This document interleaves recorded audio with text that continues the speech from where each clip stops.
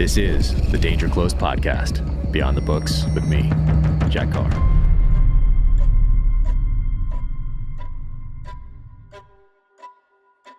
Welcome to the Danger Close podcast, an Ironclad original presented by Navy Federal Credit Union. My latest novel, Only the Dead, is on shelves right now. My guest today, Christian Schauf. He is the founder of Uncharted Supply Co, and you can find them at unchartedsupplyco.com. Known him for a while. Be sure and check them out. Had a great conversation. And now, without further ado, here's Christian. Christian, what's up, man? Man, good to be here. Here we are. Thank you for coming out. This place is awesome. And there's the dogs. Yeah, we'll just have to see how this goes. We got both dogs here. We have Baron and Scout, who've known each other for a few years now. Park City locals, and got them together after they haven't seen each other for a little bit. It's funny. I met you through your wife, and it was right when I got Baron, and they were like, "Yeah, photo shoot. Had to do a photo. You guys were the family on the slopes. I think my daughter was out there too. Yeah. It was just one of the kids, or two kids out there. 2 kids. So yeah. So both oldest and youngest, I think, were out there, and then you, my wife, the dogs for a was it Deer Valley or Park City? Deer Valley? Deer Valley for a little photo shoot, which was awesome. But I think I had him with. He was a puppy, and she said, "We're getting one of those too," which kind of a rare breed. So it was just totally coincidental. But yeah, people always ask, "What kind of dog is that?" And or they say, "Is that a Bernese?" Yeah, and you're like, it's shaved, little shorter hair. Yeah, Swiss mountain dog. And it's interesting in a mountain town that people ask. You know, it seems like a very mountain town type of a dog. They're the best. I've had a lot of breeds, and they just kind of do everything well. They're great.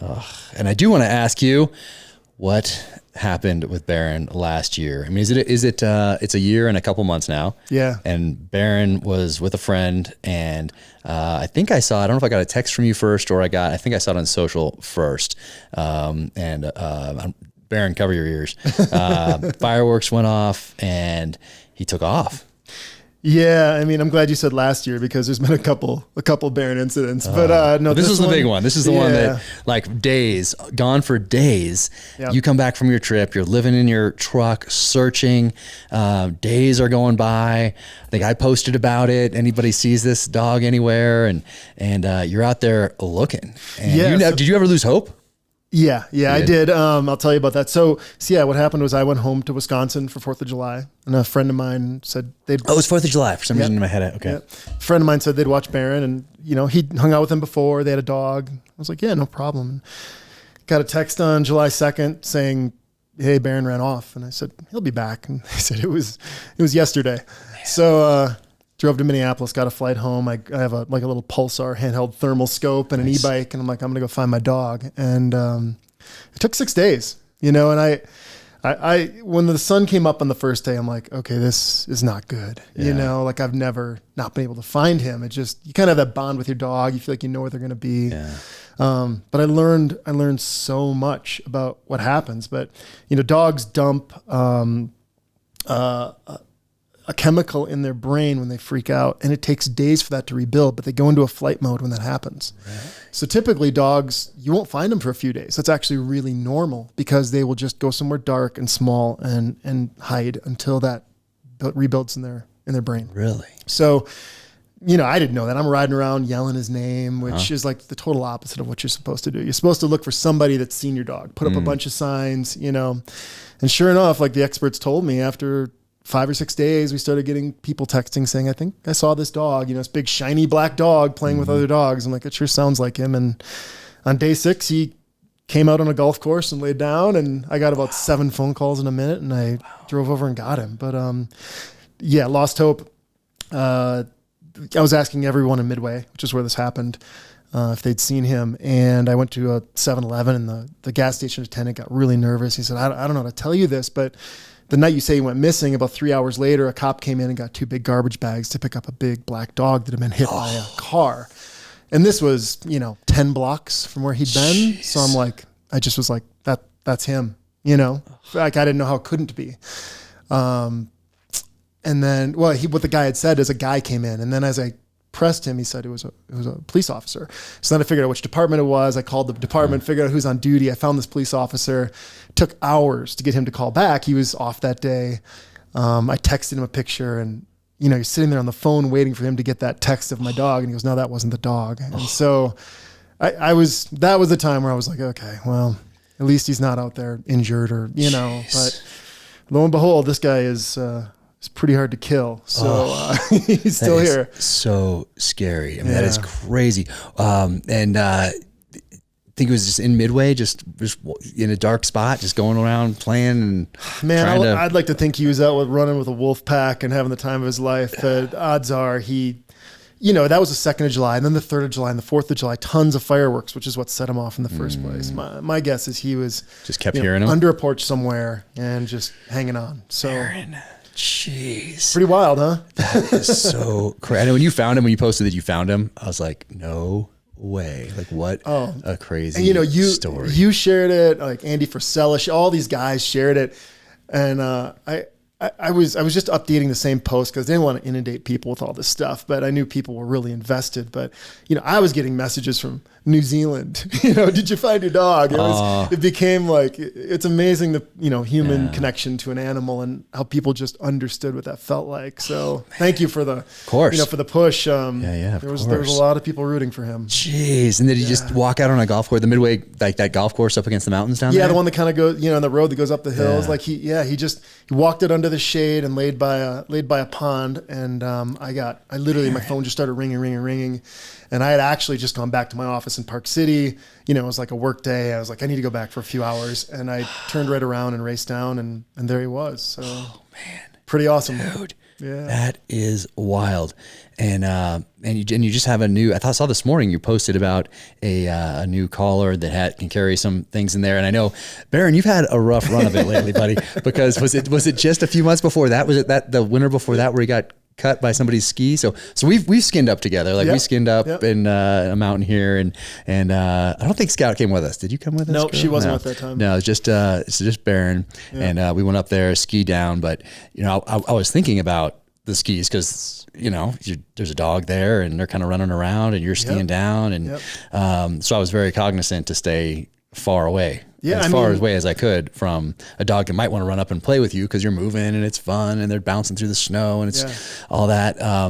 But where were you guys when he got cut pretty bad? Yeah. So we literally do this almost every day in the winter. It's like our exercise, and I get up early, I go skin up, we ski down, he sleeps all day. He's happy. I'm happy.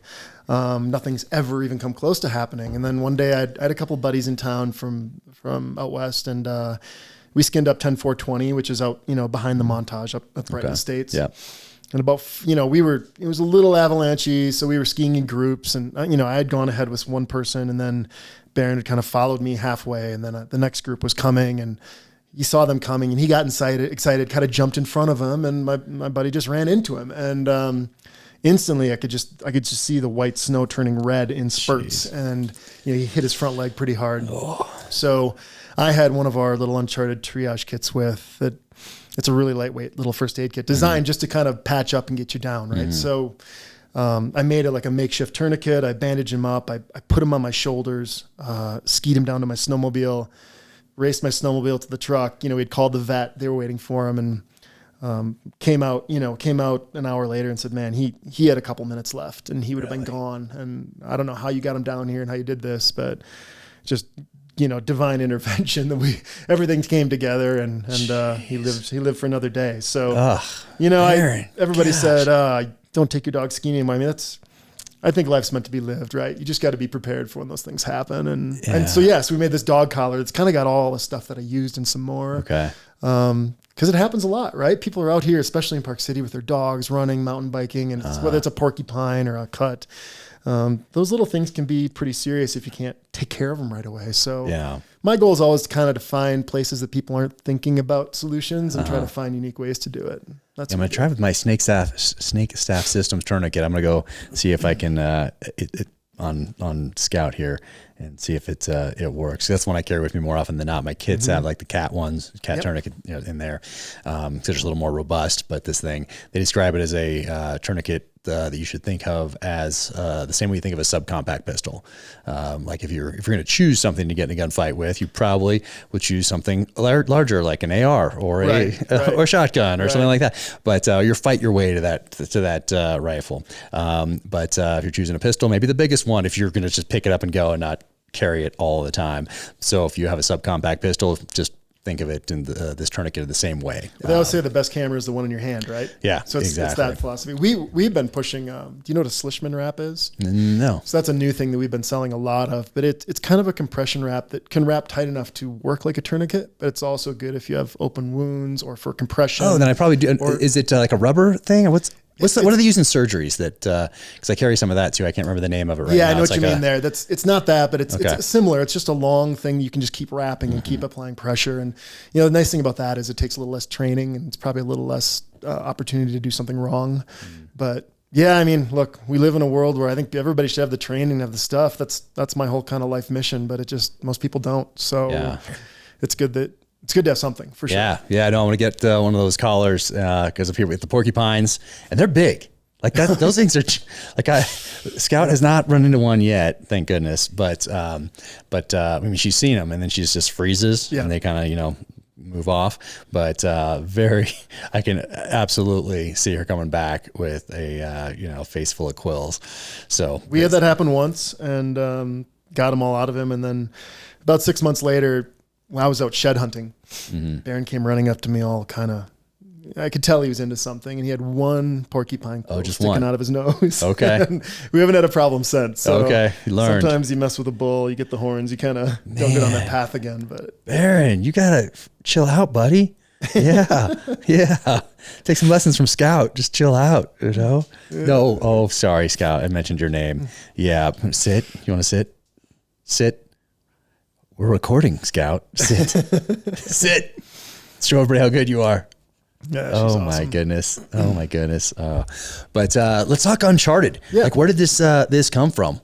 And you grew up like you had these dogs, search and rescue dogs and all that sort of thing. Like, where did all this begin? I grew up on a farm in Wisconsin. Yeah. I just grew up around really capable people, whether it was my dad or my grandpa or the people that worked on the farm. And,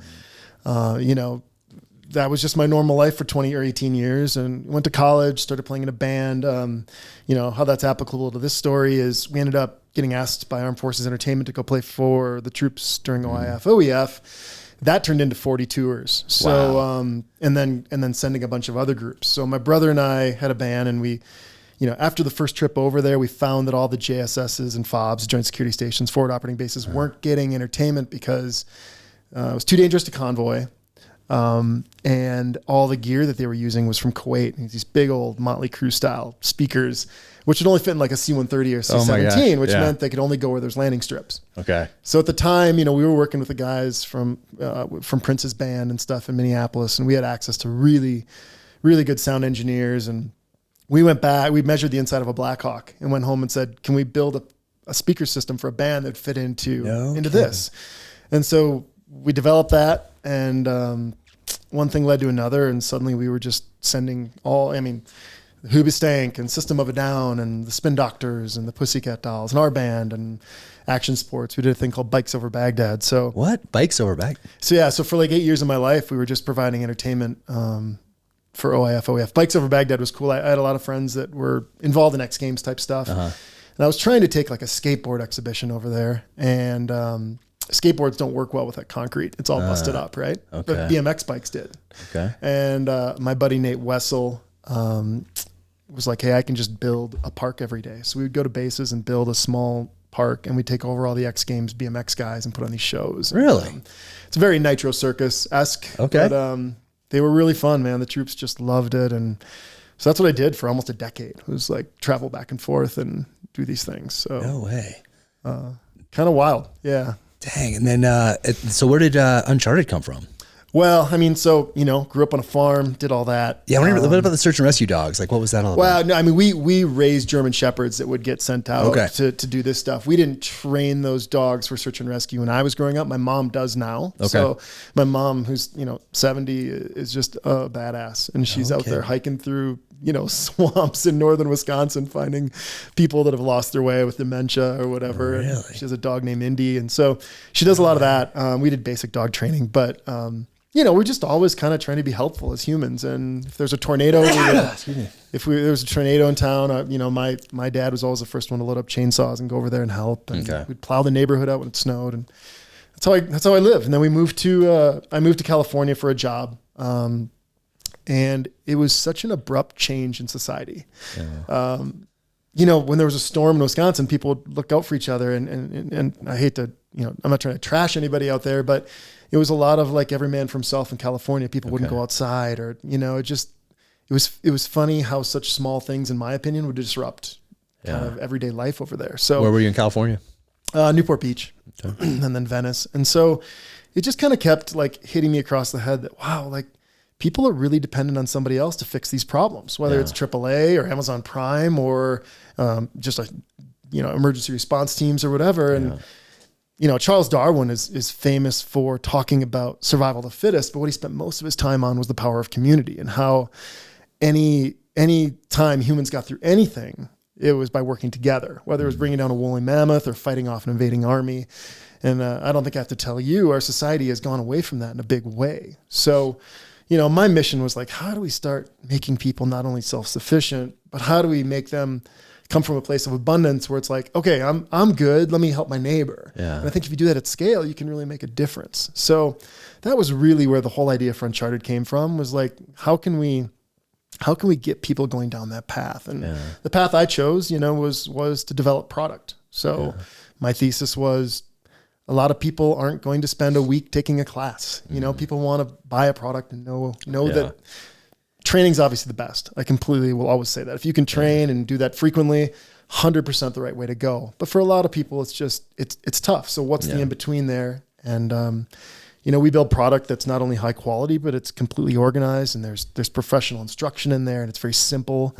I always said the litmus test for me was, if you had a 10-year-old son and you weren't there, could you give him this product and it would make a difference for him? Right. Like simple, lightweight, effective. And fast forward, 5 or 6 years, here we are, and we've got a bunch of different products and making a go at it. So it's been 5 years. Interesting. So you started it around the same time we met then. It was pretty new. Yeah, it was pretty new. I just moved out here. From California? Yeah. So I did an Indiegogo campaign, and we set a record there, and then we got invited on Shark Tank and sold about this Shark Tank. Yeah. And then it was like, I needed to hire people, but I knew if I hired started hiring people in California, I'd kind of be stuck there. And I'd always wanted to live in the mountains. So it was time to move, and nice. Yeah. Grabbed a place and came out here and set up shop. No way. Yeah. Man, did you get stuck at some point in your life where you were like, man, I wish I had X, Y, or Z that kind of formed a foundation other than California?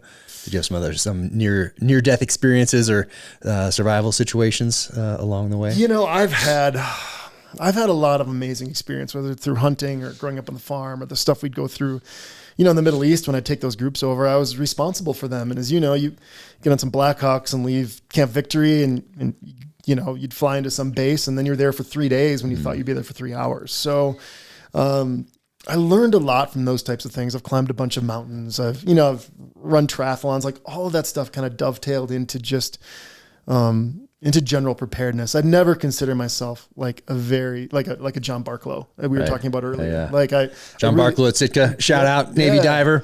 I was just on him last week, and up in Bozeman. Yeah, and he's got a wealth of knowledge. He's got Knowledge from Storms is his website now, and newsletter, and his mission planning stuff going on. So people should definitely check that out too. Yeah, and that's an expert. Yeah, I kind of sometimes feel like.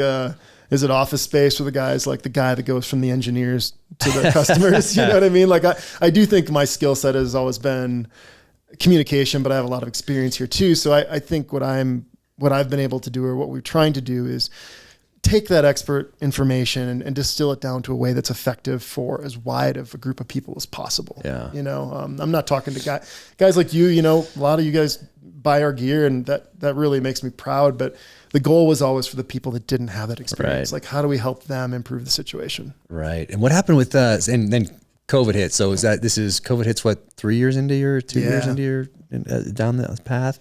What did that do to the business? I think we sold everything we had in 2 weeks, and then we had nothing for about 8 months. So, oh my gosh, really? You know, supply chains were an issue. Yeah. I mean, in our kits are N95 air masks. And of course, if you remember COVID, everybody needed an N95. And then there was a bunch of fakes out there. So even, you know, when you build a survival kit that has 40 pieces in it, and one of them can still slow up the whole show. Yeah. And okay. like, you know, we'd have this thing where like the air masks will be here in 2 days. No, it's 2 months. And now we got to ship them back and put a sticker on every single one of them that says that they are actually what they are. And wow. It was just, there was so much going on. Yeah. It's funny. All my friends are like, that was the best. You know, I got to sit home and hang out, and I've never been busier in my life. Yeah. You didn't get a spot down in Salt Lake or something So remember when there was businesses that were essential, right? And everything else would be forced to close. Well, we found a business down, Cotopaxi down in Salt Lake that had a warehouse, and they found a way to be essential. And so we knew their warehouse would stay open. Okay. So we quickly made a deal with them to move into their warehouse so we could keep working, is what it did. And I think we outgrew that in 3 or 4 months. Really? Our warehouse is elsewhere now. But oh, geez. It's entrepreneurship, as you know. It's just hustling. It's just finding paths forward and just go. Yeah, like any business. I mean, like writing, people think you just write for the most. That's what I thought up until I actually did it about a month before the first book launched in 2018. That's when it really came home, meaning I realized that, hey, this is more than just the writing. You have to have the product, just like your product has to be the best it can possibly be. Yep. Same thing with the books. The book has to be the best book that it can possibly be. And then you have to do all the other stuff that I remember when you were talking about setting up your social media accounts. Yeah. Like, I remember you're like, I haven't really done this before. I've decided I need to get into it. I don't know what I'm doing. It is. And you have to, I mean, today it's, that's your storefront. Yep. You know, and I looked at it like, hey, this is small town USA. This is my general store. And if someone's walking by and wants directions, you know, back to the interstate or something like that, then they walk into my store and I'm there behind the counter or I'm restocking the shelf or whatever. I'm going to give them directions back to the interstate. Maybe they buy a candy bar, maybe they don't. Right. But you're just being a good neighbor and helping them out. Or somebody comes in and they want to buy a bunch of stuff from because they're renting a place there or they live there or whatever it might be. So I looked at social media the same way. Like, this is a modern day storefront, and someone is walking by on the sidewalk and this is your window that you have into whatever your product may be. In my case, it's the books. In your case, it's this product, the survival products. And social media is a place for me to engage with those customers, no matter what they want. If they have a question about something, whether it relates to the post or what I'm doing or not, or if they want to talk about the book or ask about the book or make a comment on the book or whatever else. So I kind of looked at it in those terms. Like, if you're a small town USA general store, you want to add value to that community. And so I looked at social media the same way. Like, I want to add value to people's lives throughout the year through whatever I'm posting, whatever I'm doing. Same thing with this podcast, same thing with blogs, whatever it might be, the website, so that you're adding this value so that today you can have that connection with someone that you couldn't have had in 1985 or 95. It's about communication 2 ways too, right? Like, some people think they can just post and go away, and you know, you do a good job of that. Like, you have to engage, and it becomes actually social if you're doing it correctly. I think of Uncharted's account as our storefront, just like you do, and I think of my personal account as like my resume. You know, people dig into the business and they go, well, who's running this thing? And, you know, what's he all about? Right. And I think if I was living a life of comfort, they might not believe the brand as much as if they go to my account now and see kind of an outdoor style, trying to do things and push things. And yours is authentic. Like, we know each other, and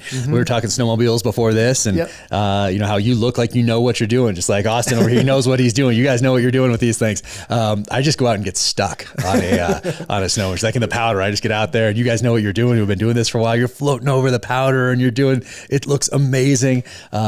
Although I did on I went out on a bike. What do you call the bikes that you fit with the? Oh yeah, snow bike. Yeah, with the ski in the front. Yeah. So I did that. It was was it a KTM? It was a Husky. I think it was a Husky.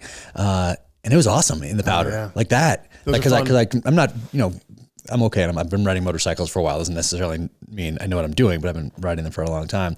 And on that snow bike, on that KTM, I forget how big it was, but regardless, on the trail, it was a little, you slide a little bit. As soon as I got in the powder with that thing, it was awesome. I felt so comfortable with that thing in the powder, much more than I do on a snow machine, on a sled, on snowmobile, for people listening. Yeah. I felt much more comfortable on that KTM with that, whatever that. Well, you ride motorcycles, so it's just there's a translation there, right? It's a very felt similar. Good. Yeah. But the dirty secret, we all get stuck, man. Don't kid yourself. I just go out, I immediately get stuck, and I end up just getting a great workout by digging these things out. I don't think there's a harder workout than digging out a snowmobile when it's bottomless. I mean, there's nothing to push against. That's my experience. And then I'm out there forever, and then I'm like, oh geez, I wasn't riding today. I was out here just like digging. And I don't feel like I got any better at this. Right. And then around here, there's the whole avalanche thing around here. And I grew up doing the avalanche stuff in Northern California. So I took an avalanche course high school, I guess, but it evolved so much. And now when I came out here, I did it again, did the, I forget whatever they call that first level, maybe whatever it is. Yeah. Which really just tells me, you go, and then there's, it was the other one, the multiple day one. And it was awesome. Got to spend a little time in the backcountry after that. Skiing is kind of like your graduation exercise. But it really just tells me I need to go with someone who does this like it's their thing. I'm on the Utah Avalanche Center board of directors, and I would consider myself fairly experienced out there, but reading all the reports when these things happen and how many times people were doing it right and it still happened. Still happens. Nature is wild, right? Anything can happen. Yeah. And the more you're out there, I think the more respect you have for all the things that can go wrong. So like you, it's like there are a handful of guys in this town that I will go deep with. Right. And those guys, I would trust them into any dark night anywhere, right? It's like those guys that anybody else, if it's even a little suspect, I just tell my friends, like, look, we're not doing it. It's not worth it. Right. We'll go another day. So I think it's one of those things like learning to fly. Like I always, growing up, I always wanted to learn to fly one day, but I think it needs to be like your thing. Like that's what you do while you're learning. It's not like the thing you do on the side that you're like rushing out to get to or you're cramming for because you have so much else going on. Like I think that has to be your thing for a certain amount of time, whatever that is. And until you really become proficient where you're not distracted by all these other things that are going on. My brother's a pilot. He's a pilot license in a small plane, and he's also hyper detail oriented, and I'm not. I always go. So let that guy fly. Yeah. Like that's his thing. Totally detail oriented. That's their main thing in life is flying. Like that's why I want to fly me around. I don't want to dabble. I don't want the pilot that just dabbles kind of on the side and got their license like barely, maybe just passed. That's not who I'm looking for. Well, and you've been up in Alaska hunting too, and taking those planes that are basically just like so awesome paper and a frame, and the skill level and the experience. And man, if I was going to be at that level of comfort doing it myself, I'd have to dedicate my whole life to it. And so I'm just going to have the Diet Coke and watch a movie and recline and enjoy those couple hours. I think so. Maybe later in life I'll think differently and be able to devote, years to it and have that be my thing. But in the meantime, I think it's, go with the best. Hire the best pilot, the guy that's their life. Was it 2 years ago? When did you head off into Colorado? You did a ski trip in Colorado not too long ago, I think. Oh man, we do a couple a year. But when you had it, like you guys got stuck in a blizzard or something. So we left Aspen for a hut called Friends Hut. So the 10th Mountain Division in Colorado has a bunch of huts that are just off the grid, and you can rent them for a day or 2 days or whatever. So I was with a group of just awesome skiers. Julian Carr is a good buddy of mine. He's a pro skier and incredible guy and just knows the backcountry. And we had 4 snowmobiles and about 12 people. I was definitely the most experienced snowmobiler, but we went all day. It was like a New Year's thing, right? Okay, so we spent all day getting out there. It had snowed a ton. There were no tracks. We were using GPS to kind of find our way. Cold, windy, just hard. And we got to probably 3/4 of a mile from the hut. We could see it. It was kind of down a slope and up a slope. Yeah. And we got up to the top of this ridge, and the snowpack was kind of whomping, making that pre-avalanche noise. and it's like 8:00 at night. We've been going all day, and we're going back. And we turned around and went all the way back to the trucks that night. Yeah. Never went to the hut. Okay. Made it to New Year's in some like Hampton Inn in Rifle, Colorado, and perfect. Drank a bottle of champagne together, and it's like, we're all alive. It's cool. Yeah. You know, but those are the things you hear about these guys, right? They're mountain climbing. They turn back 200 yards from the top. And if you've never done that, you might be like, well, that's crazy, but it can be life or death. Yeah. It can. And I just don't want to mess with that. I got too much to do that I want to do. Yeah. No. Did you make that decision, or do you have some other people out there that were, 'cause that's a lot of people to take in, especially if they're not experienced, especially at night, especially now tired, near the end of a day. It's a group decision, but it's also a decision we made early. So before you leave, it's like, we all agree that if this happens, this is what we're doing. You know, no-go criteria. Yeah. Yeah. You know, it makes me think of my buddy, Dr. Eric Meyer, was on a K2 expedition. There was a documentary called The Summit that was made about this. It was the deadliest day in mountaineering history. And he's told me the story personally where, you know, it's the last day, it's a summit attempt. And he said, look, all the things we agreed to, half of them are not happening, so I'm not going. And there was so much money on the line for a bunch of these sponsored athletes. Wow. They went, and a ton of them died. Oh, and so that always like lives in my head a little. Yeah, you know, like not that I'm sponsored to do it, but you got to make sure everything's aligned if you're going to go for it, because Mother Nature does not screw around. Nope, man. And even if you are prepared, you know, like I feel like we're fairly prepared around here. Very much, you know, but still, and then it comes down to that training. Yeah. Today it makes so much sense to invest in, and there's so many great companies out there that are providing that training. Companies that provide medical gear also provide the training now in many cases. So they go together.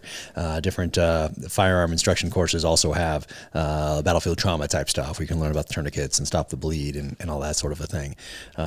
It's still amazing how many people don't have like fire extinguishers, you know, in the house and that sort of a thing, or know how to use them. That even better, you know, you got to know how to use them. Take the kids out, take the babysitter out, all that sort of thing. But there's so much to it. And COVID did, I think, for a minute anyway, make people kind of evaluate how prepared they were. Yeah. But it seems like most everybody just kind of went back to normal. We live a very, very comfortable existence. I think Scout's flirting. What are you doing, Scout? She just loves getting love. I mean, she just, oh yeah, I know. You have people here you could, but yeah, people get very comfortable. We're very safe in this country. We have been very safe in this country for compared to the rest of the world for quite a while. It breeds complacency. Calling 911. There's always a solution like right around the corner. You push a button until there's not. Yeah. I think we saw that with COVID, right? When suddenly you just couldn't get things you've always had access to. I mean, I don't think we were very far from a pretty interesting moment in time there. Yeah. You know, if supply chains would have really stopped. Yeah, and that food, you control that. You can either control that food or it's just not there. Like in the beginning of COVID when people were worried about that. So people did evaluate. I've got so many calls from people in California asking me about, firearms then how shocked they were. They couldn't just walk in and walk out with one. Right, Like what, I guess they weren't paying attention for the last 20, 30 years, or they've been voting away where people put in place certain regulations or laws that restrict that right. Now they're shocked because they've been told on the news how easy it is, and then they walk in and they're like, no, hey, you have waiting period. Oh, and by the way, you also cannot order any ammo, and we're out. We can't order it here to this. Maybe it's a city or whatever it is in California.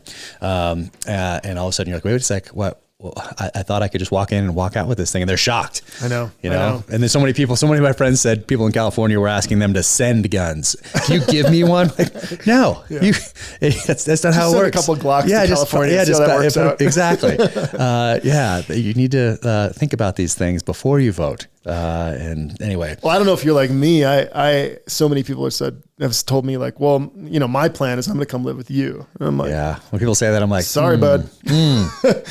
I met you like 2 hours ago. Right. I've known you for 30 minutes. Unless you're a real contributor, like those guys that I trust in the mountains, you better be bringing something to the table, because things could change quickly, and it's going to be interesting. So. Yeah, that's what I like about up here. It's so it's fairly private for Park City. Everybody kind of the same mindset. They want to be left alone.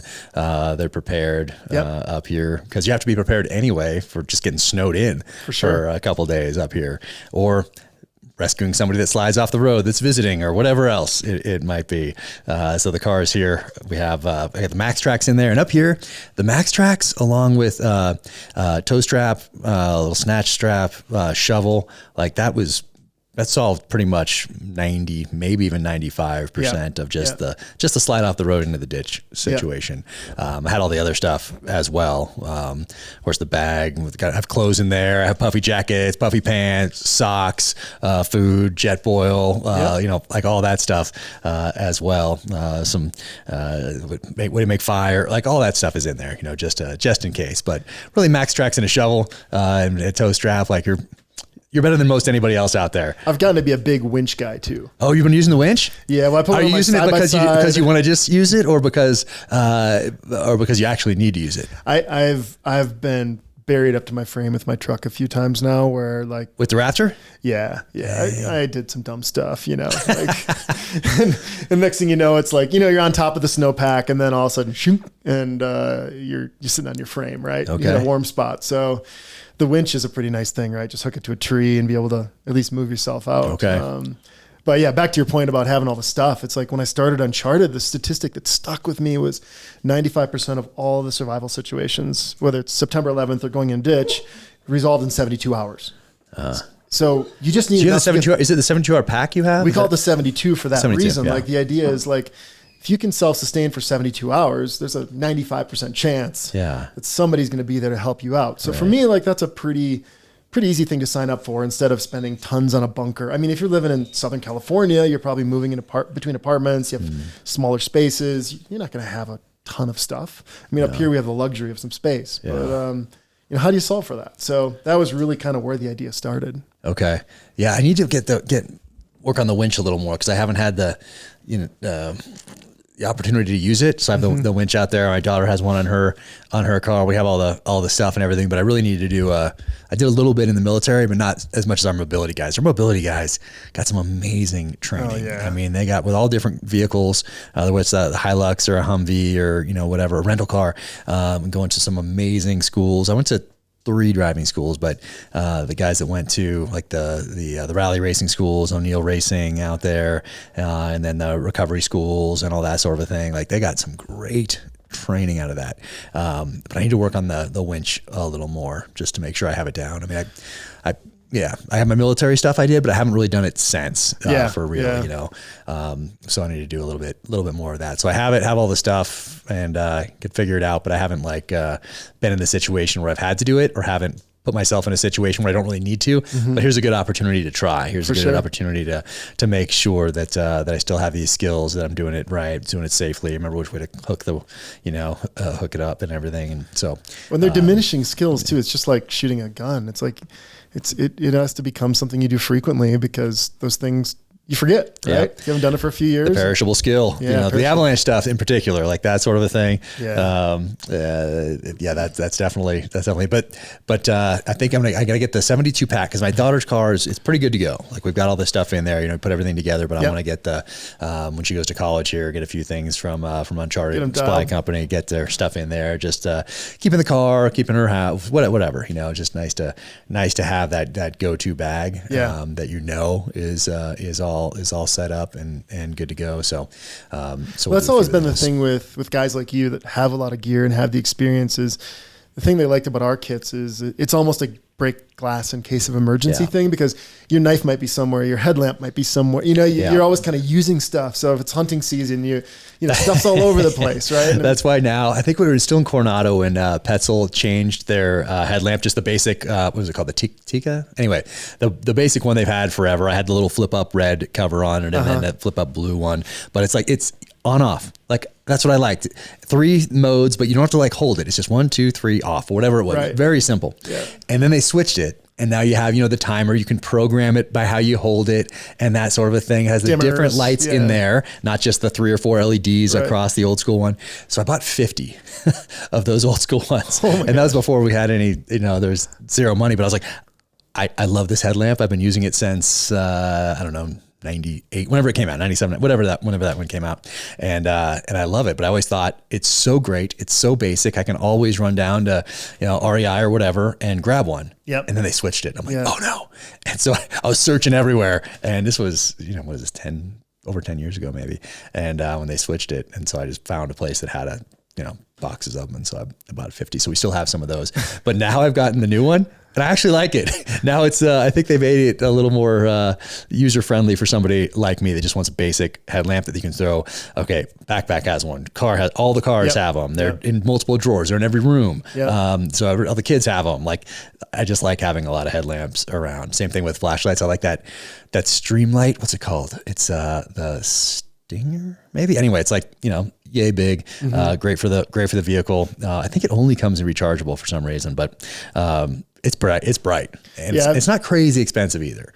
I'm like you. I'm a single guy. I think I have 12 headlamps in my house, and I've got these like flashlights with a solar thing on the side, like in every window. Oh, nice. Just in case, just always charging. Oh, and, we have the big ones in all the cars. Got those big, those lights in all the cars. And I like Streamlight because they, if you lose it, it's not the end of the world. Right. Like some flashlights, and they're expensive. So expensive. And you misplace that thing, you're like, oh man. Yeah. But the Streamlight one's like good, robust. And then if you lose it, it's like, it's not the end of the world. Yeah. Same thing with blades. Like I have so many blades. I was just gonna say that's my knife problem. But if I lose one that like someone gave, here's the one in the world I made just for you. Yeah. And you're like, oh my goodness, this is amazing. Yeah. And then you're carrying it every day and somehow you get, catches on your seatbelt as you're getting out of the car or whatever it is. And you lose it. Like I had a panic attack the other day. Arabito gave me a knife. Oh, nice. Half face blades. And I have a couple of them, but one I just taken this out. Is a folder? No, I do the feather lights. Okay. I really like those. So like I wear a marsupial bino harness and the feather light just sits, it's like the exact same height. So it sits right next to it and out of the way. So when I'm hunting, it's right there. Yeah. But I'd taken a different one off and I'd put it somewhere. And then I came home and I was putting my gear away and I'm like, where is that thing? And I found it, but it's precious when somebody makes you something and there's a sentimental thing. Exactly. Don't want to lose those for sure. I know. That's why I kind of err towards, like I have all these, amazing knives, but if I'm going out, I actually err towards the ones that are not that special because if I lose one, it's, I don't want to have to tell the person that I lost it. It hurts like a family heirloom, handed down over the generations. Absolutely. That's why I just got I have two 30-30s coming, pre-64s, because I have the one that my dad gave me that he got back in the day. And I just don't want to destroy that one. Like I want to have that, but I want to have one that's like almost exactly the same. Yeah. That if I break it or, I don't know if I was going to say lose it, but I can't imagine losing it. But somehow something happens to it. Like I would hate to lose the actual one that my dad gave me. I've been hunting with it, obviously iron sights, old school 30-30 lever action. And it's awesome. It's awesome hunting with it here in Utah. But after that, I was like, okay, I want to preserve this thing. I don't want it freezing and then it's in the car and it's like sweating and it's old and the wood crack, whatever. I don't know. I just want to make sure I respect those things. I've got the same thing. My great grandpa's 30-30s and stuff back at the farm in Wisconsin.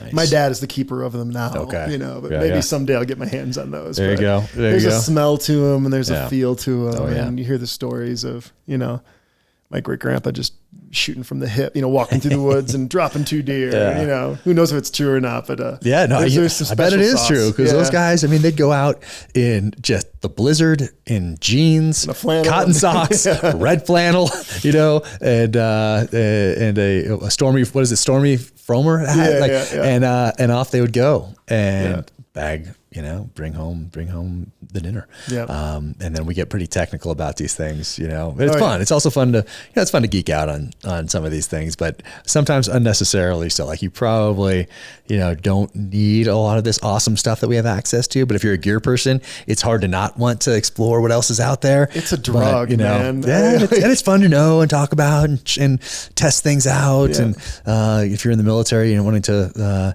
improve your, any sort of a technical advantage that you can have over the enemy to go along with your tactical advantage, you're going to take. So it just kind of naturally bleeds over into the other aspects of your life. But really, hey, a 30-30 and a flannel and a good pair of boots, like your, truck 4-wheel drive that works, like you're pretty good to go. For sure. You're for sure. Good to go. Yeah. I mean, I have like the whole Sitka system. I'm good buddies with those guys. And, then they launched some new jacket and I'm like, I don't know how I hunted without this before, but I had no problems before. It's just, they know what buttons to push for sure. Yeah. Oh no. It's fun. It's great stuff. It's super fun. It's super fun. And did you grow up hunting then too? Or did you get into it later? Yeah. Yes and no. So, northern Wisconsin, November, you're 15 years old, tree stand hunting, and it's 10 below zero. Like, it wasn't that fun. We didn't have iPhones to keep us preoccupied. You're just freezing up there. Just sit up there freezing and eating little like fun-sized Snicker bars. So I did a little, but no, when it really caught me was when I did my first elk hunt. I went out to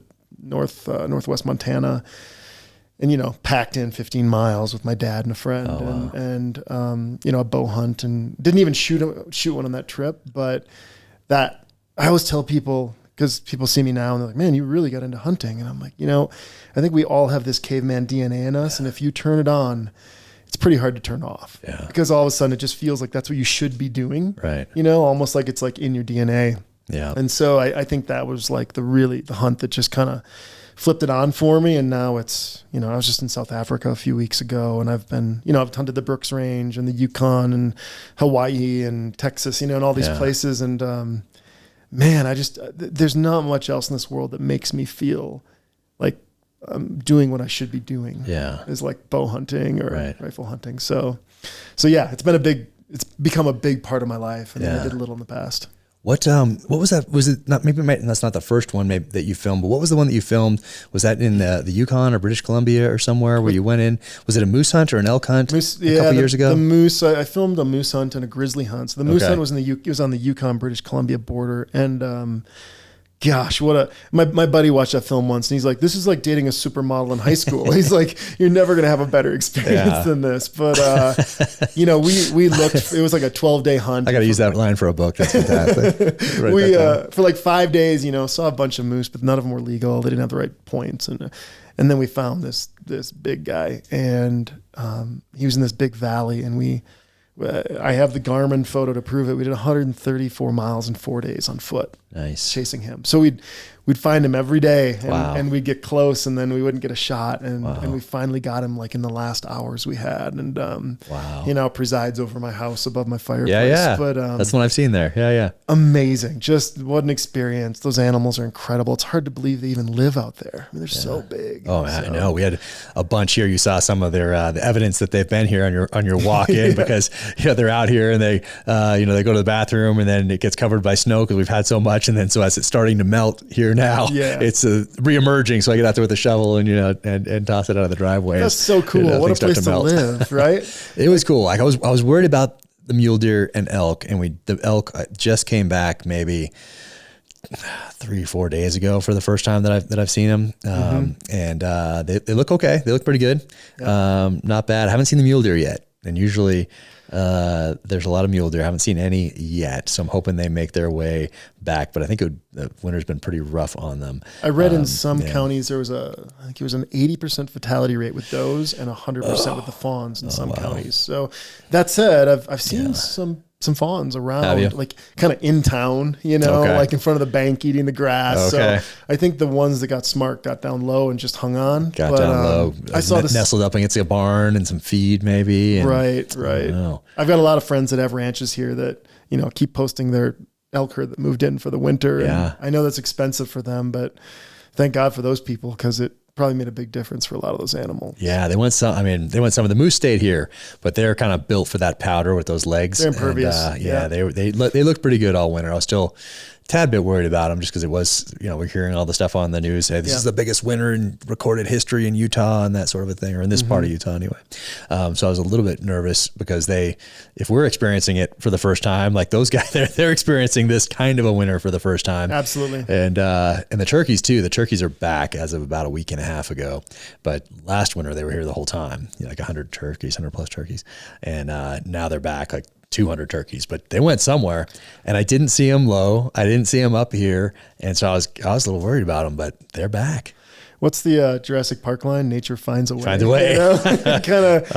I'm always amazed too, because I had the same thing. I don't live too far from here, and I'm used to. I think I can see you. I think I can see you. Probably. We'll go look later. I'm used to seeing these animals, and I usually know where to shed hunt, and it's different this year because they went somewhere else. So fingers crossed, it's not as bad as they think. But it was, a great year for recreation in the mountains, but at the same time, it was tough for those animals for sure. Yeah, I was in riding most of the time, so I got it a few times, but when I got to get you out more. Yeah, seriously, it was crazy. There were so many projects going on, and when it's quiet here is when everybody goes to the mountain to ski. So families skiing, it's quiet here. And I'm writing. Gotcha. So it was, there were so many projects, but I love doing that. It's not like I'm like, oh, I have to work. It was, I love the writing part, but there were just so many projects.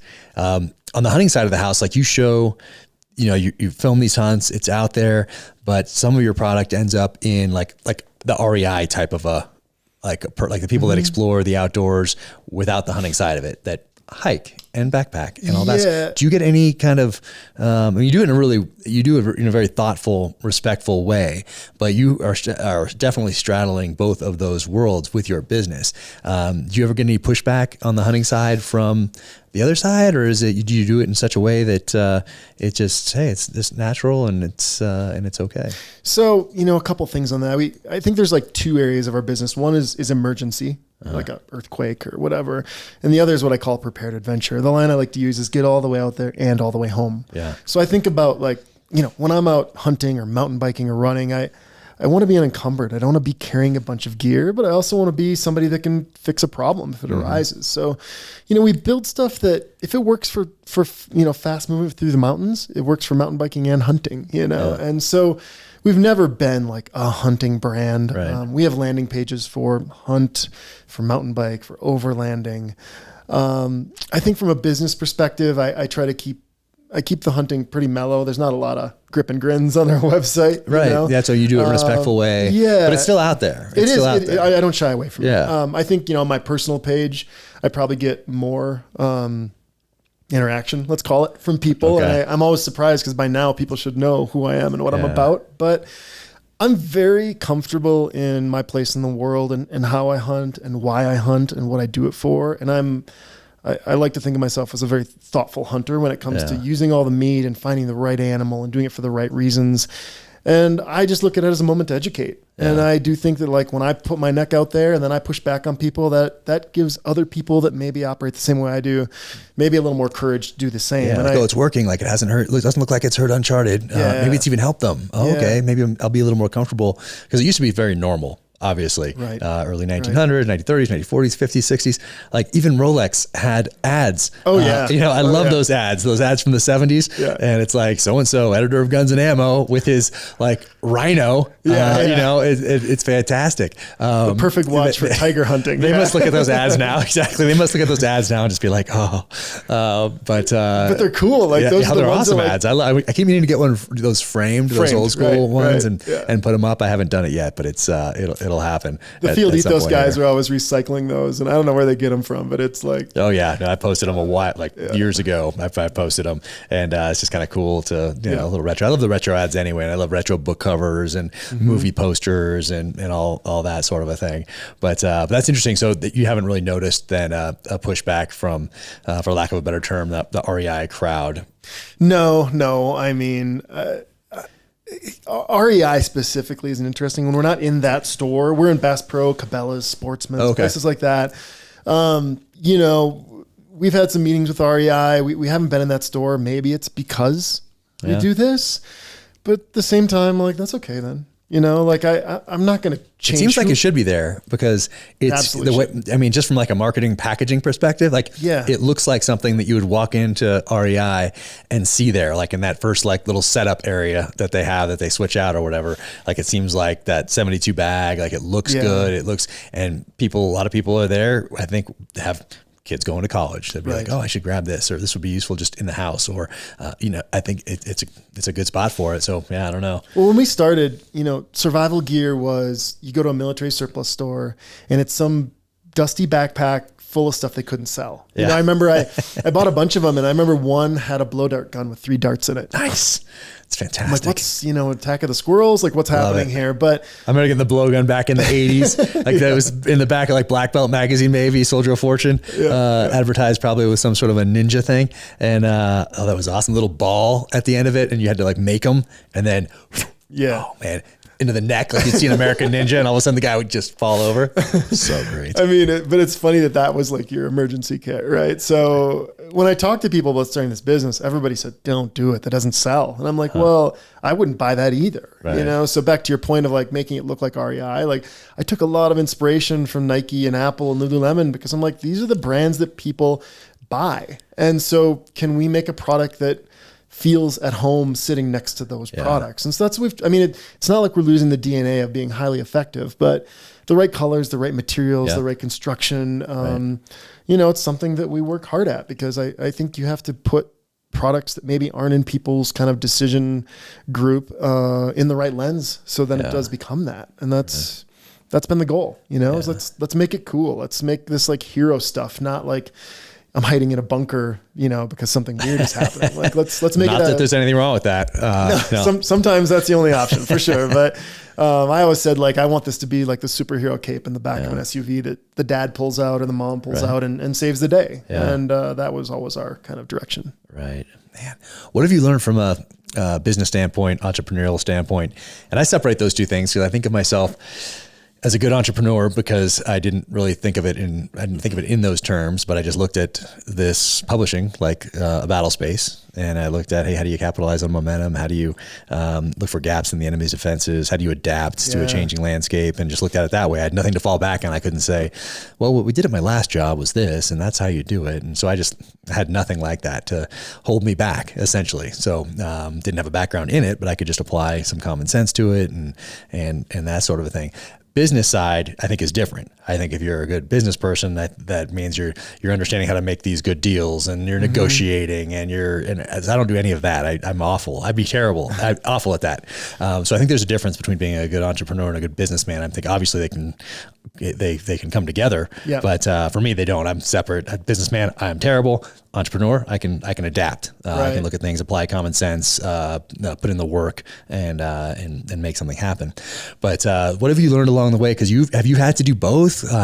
Because you're not like you do have people that work for you, right? But you are essentially, you started it yourself, you came up, you've done all this. So how do you do the entrepreneur side, the business side? What have you learned along the way? Well, I think when you give that example, I think of somebody like Elon Musk, like unbelievably creative, right?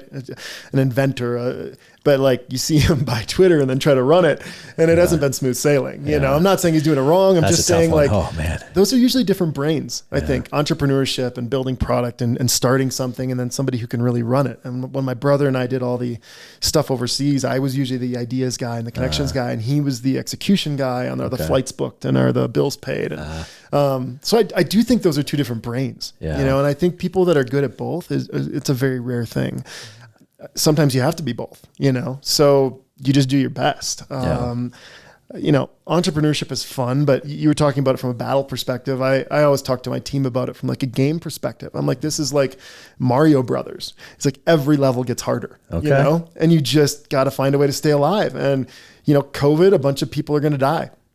If we stay alive, we're up a level, right? We've cleared the deck. And so I wake up every morning and think of it as like a game, like a challenge, like I'm in a strategic thing that I have to figure out and I have to do it better than somebody else. And if I do that, I get to play another day. And maybe that's a simplified way to do that, but I think we're saying the same thing, just different backgrounds. Right. I don't know. It's not easy. Every day there's something, and I have another friend in town that has a really great high-end bike company, and he's probably a little more emotional than me, highs and lows. And hey man, I'm like, you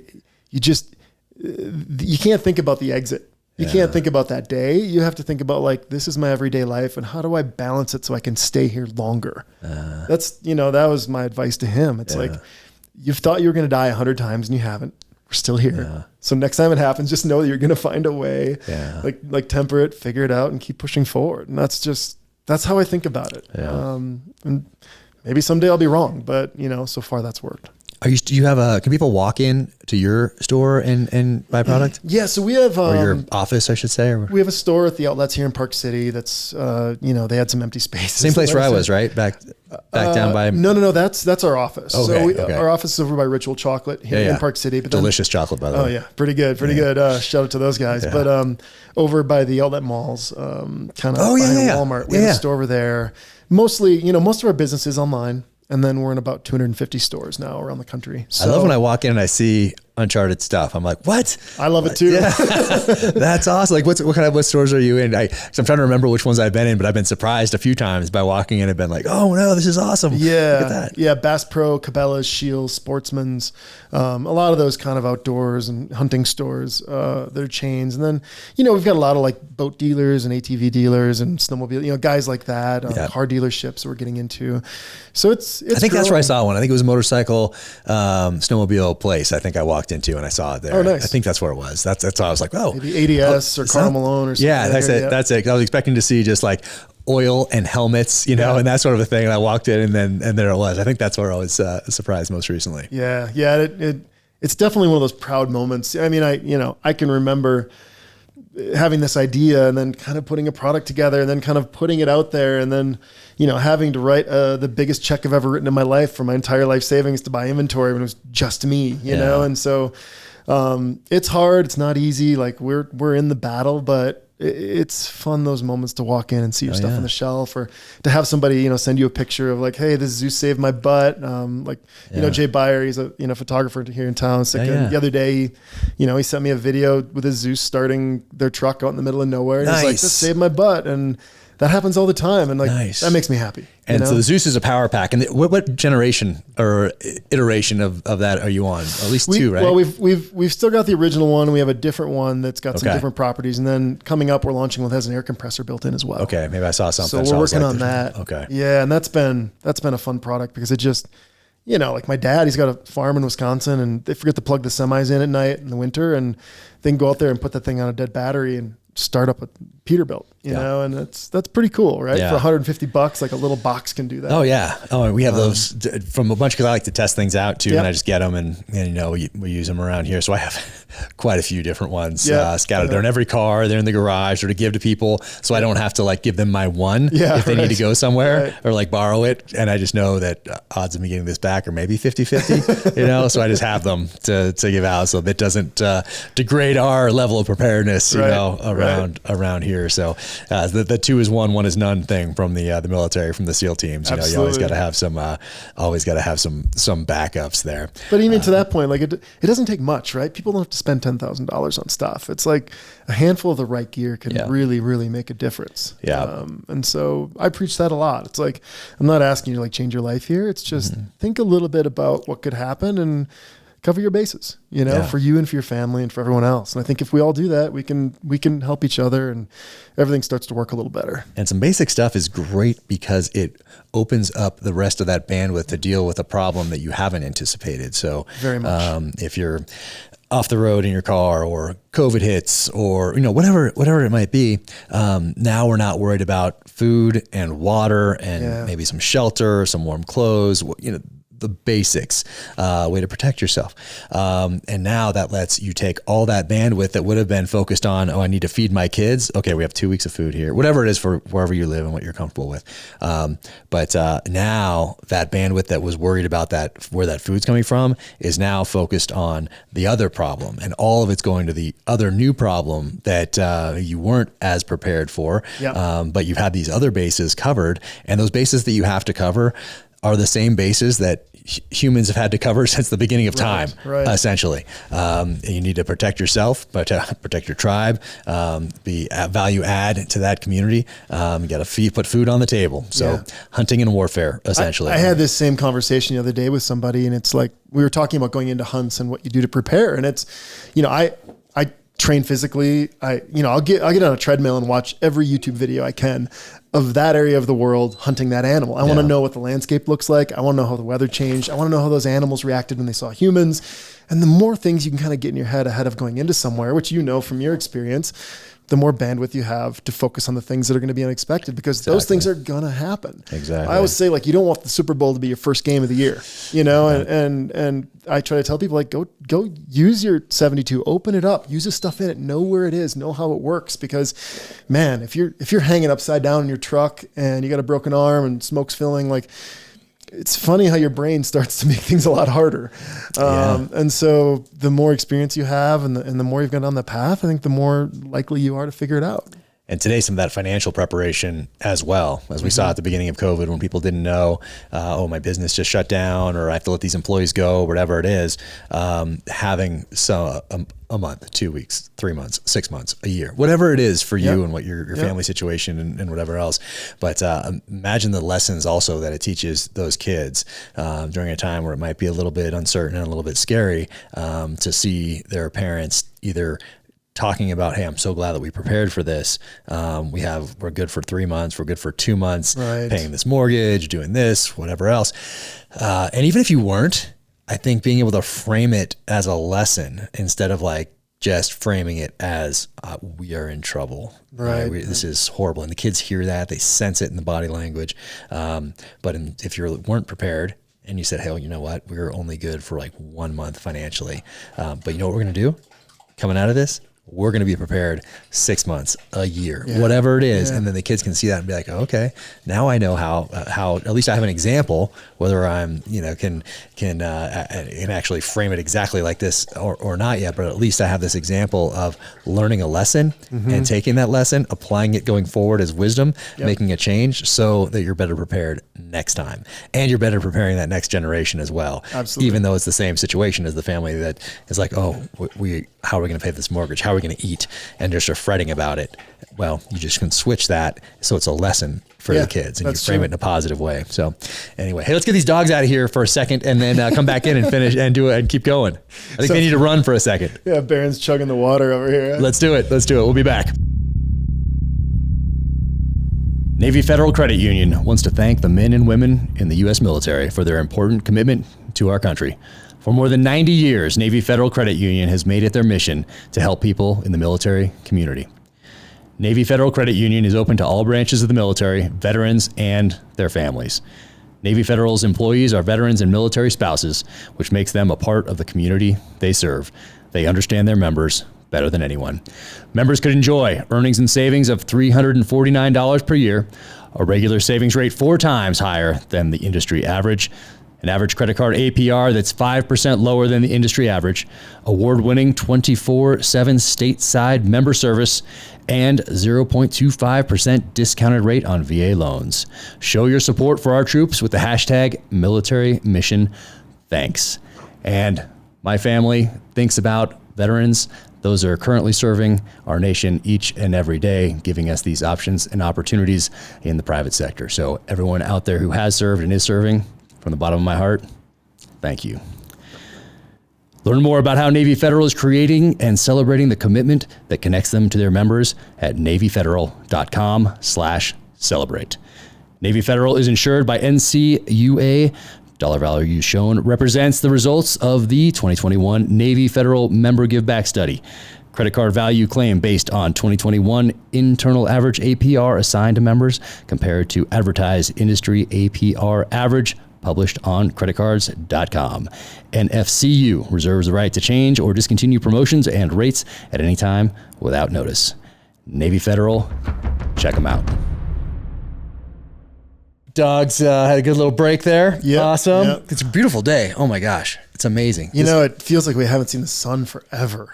Even yesterday, it was overcast all day. We got a little snow. I dug the cars out yesterday. I shouldn't say dug out. I brushed them off, but it was a good few inches on the vehicles. I went out there and brushed my daughters off and got that thing running. Brushed my truck off. Got that thing up and running. Got the heat going. But awesome. It was like essentially middle of winter. We could have plowed probably, but we knew it was going to melt off.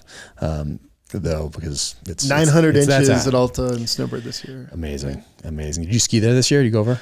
Once or twice, but it's so hard to get that canyon anymore that I would rather take the sure bet and have it be 70% as good. So that's where I usually end up. Yeah, I know it's so convenient just to stay here. I'd have to go down. I mean, you got to stay there, I think. Like go stay at Snowbird and just spend the night and just spend the weekend. Yeah, that's a game as you storm chase, get early. Get in there. Otherwise you're in that traffic going up those canyons, depending on where you want to go. Totally. But you just got back from Florida. What were you doing in Florida? Yeah, I was down at the, it was called Sandlot Jacks. It's an event Go Ruck puts on. So I don't know if you know those guys, Jason McCarthy, but I know who they are. I don't know them personally, but I know what they do. You know, it's a really cool group. It's a very kind of military centric, fire, police. You know, their whole thing is just doing hard things and carrying heavy weight and working out. And it was a big fitness festival. I gave a talk down there. You know, our mutual friend Michael Easter was down there, and some of those guys. Podcast before. He has another book coming out here soon that I need to write a blurb for when we're done today.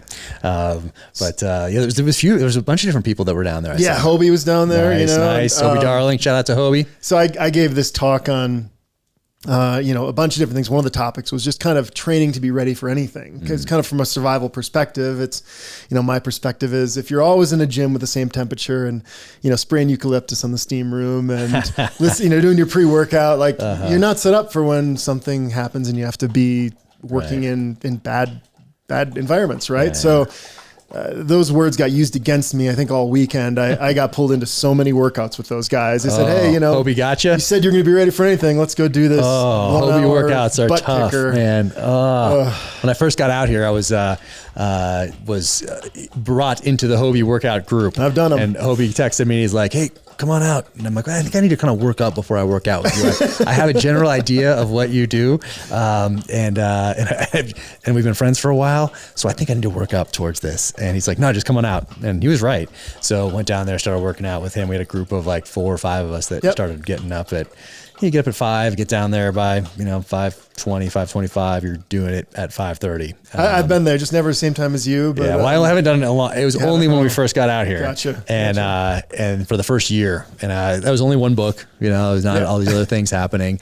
So that was the day. I'd wake up, do that. Get home, get the kids to school, come back and write.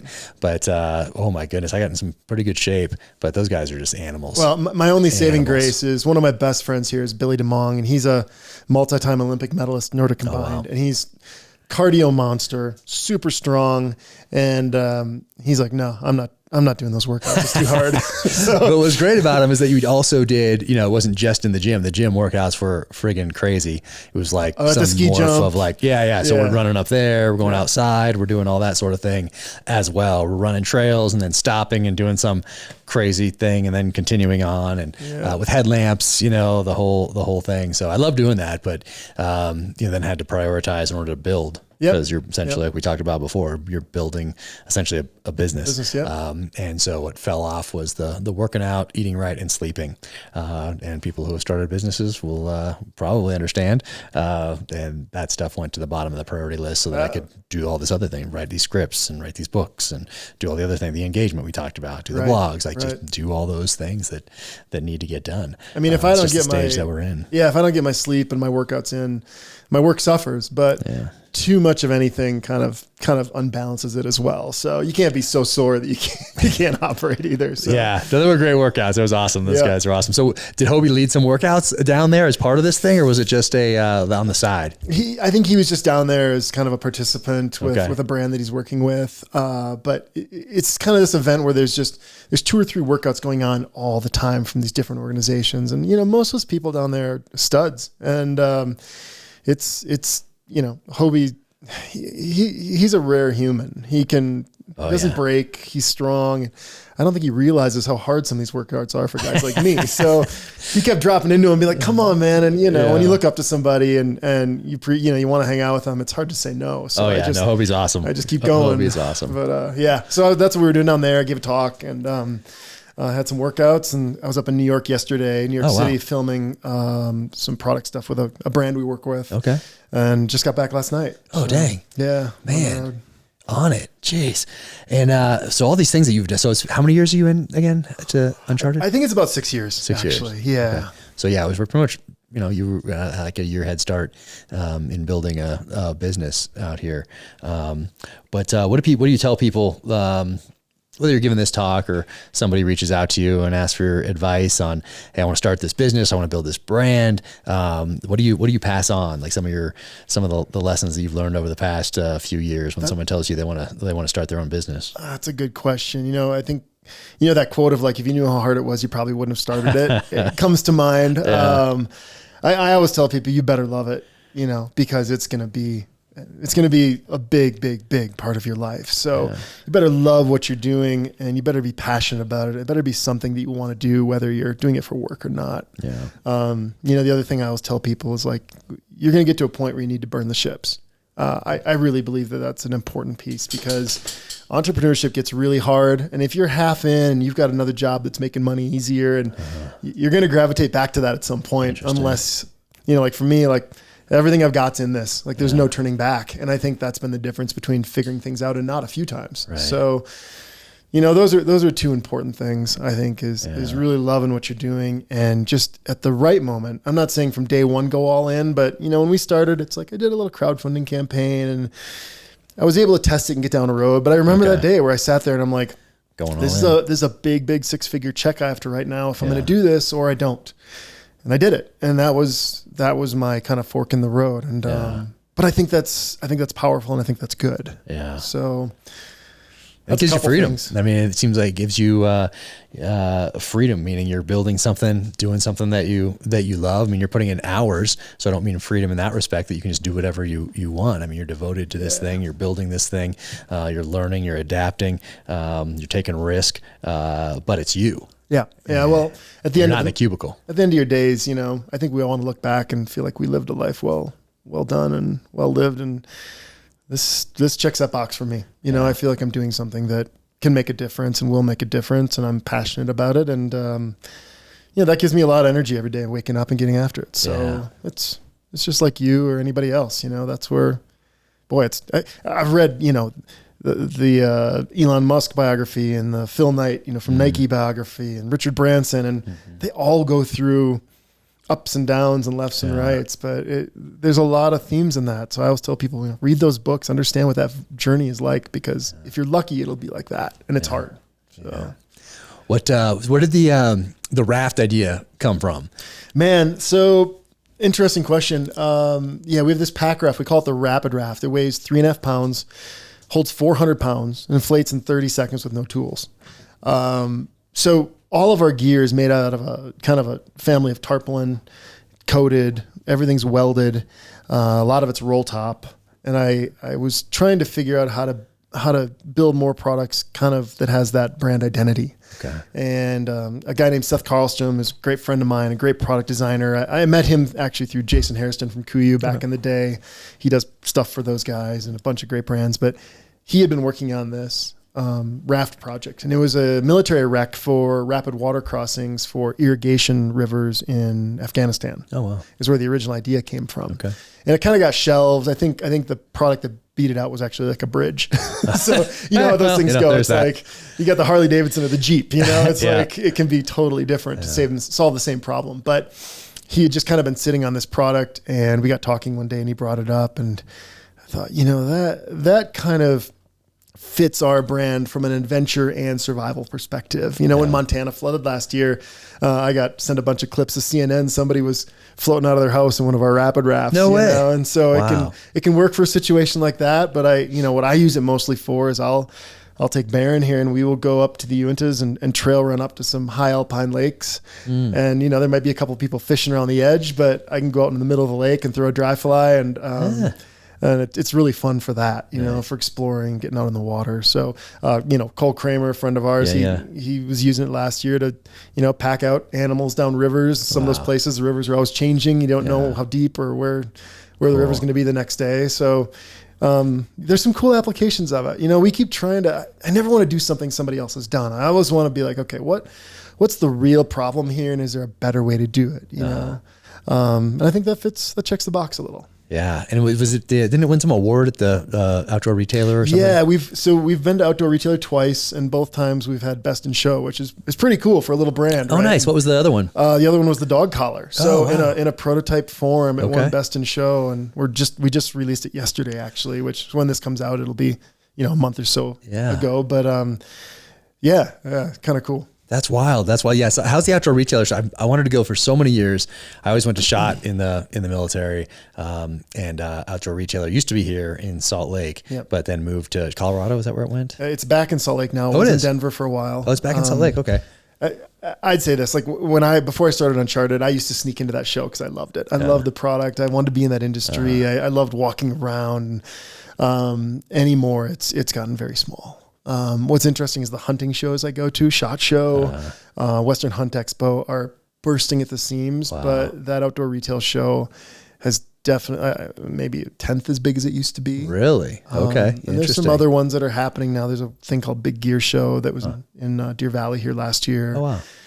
I don't know what the future is there. Yeah. Interesting. But I think it's interesting that while hunting and outdoors are so similar, hunting is exploding and the outdoor products is really not. Oh, so that's interesting. I hadn't really thought about it in those terms, but yeah, those shows, love SHOT, obviously. SHOT is huge. And I started going in 2003, I think was my first one. Mm-hmm. And that, the room for tactical was maybe 4 times the size of this thing we're in now.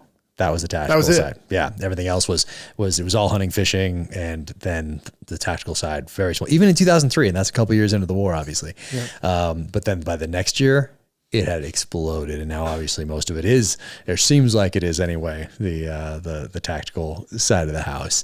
That's the look and the feel when you go into that. Very much. And it's a great show. I love that, and so many friends in that industry.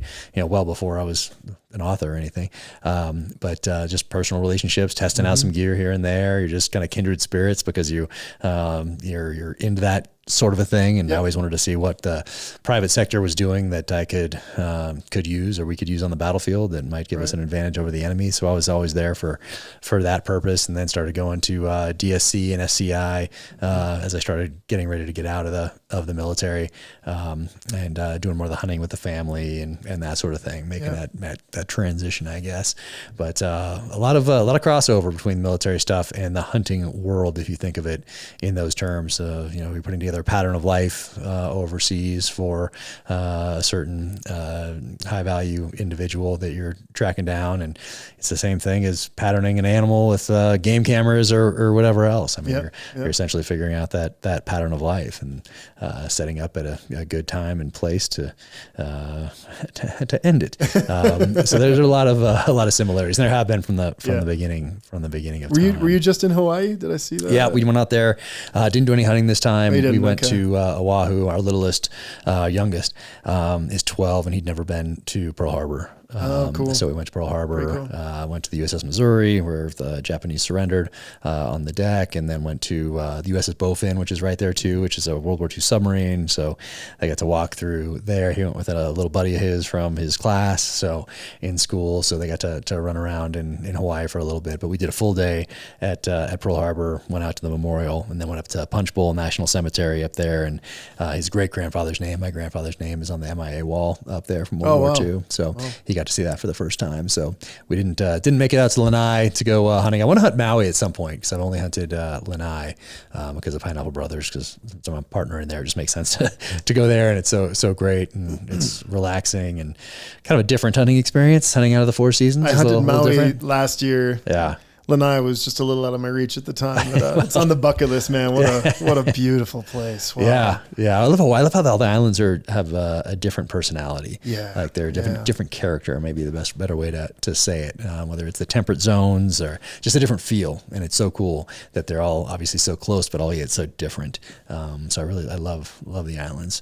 So I think we'll get back out there again soon. I think we're gonna go to Lanai in a few months. I think that's on the calendar. Cool. So a great place. Get some more access in the freezer. Man, I'm out, so I'm pining. Oh, really? Man.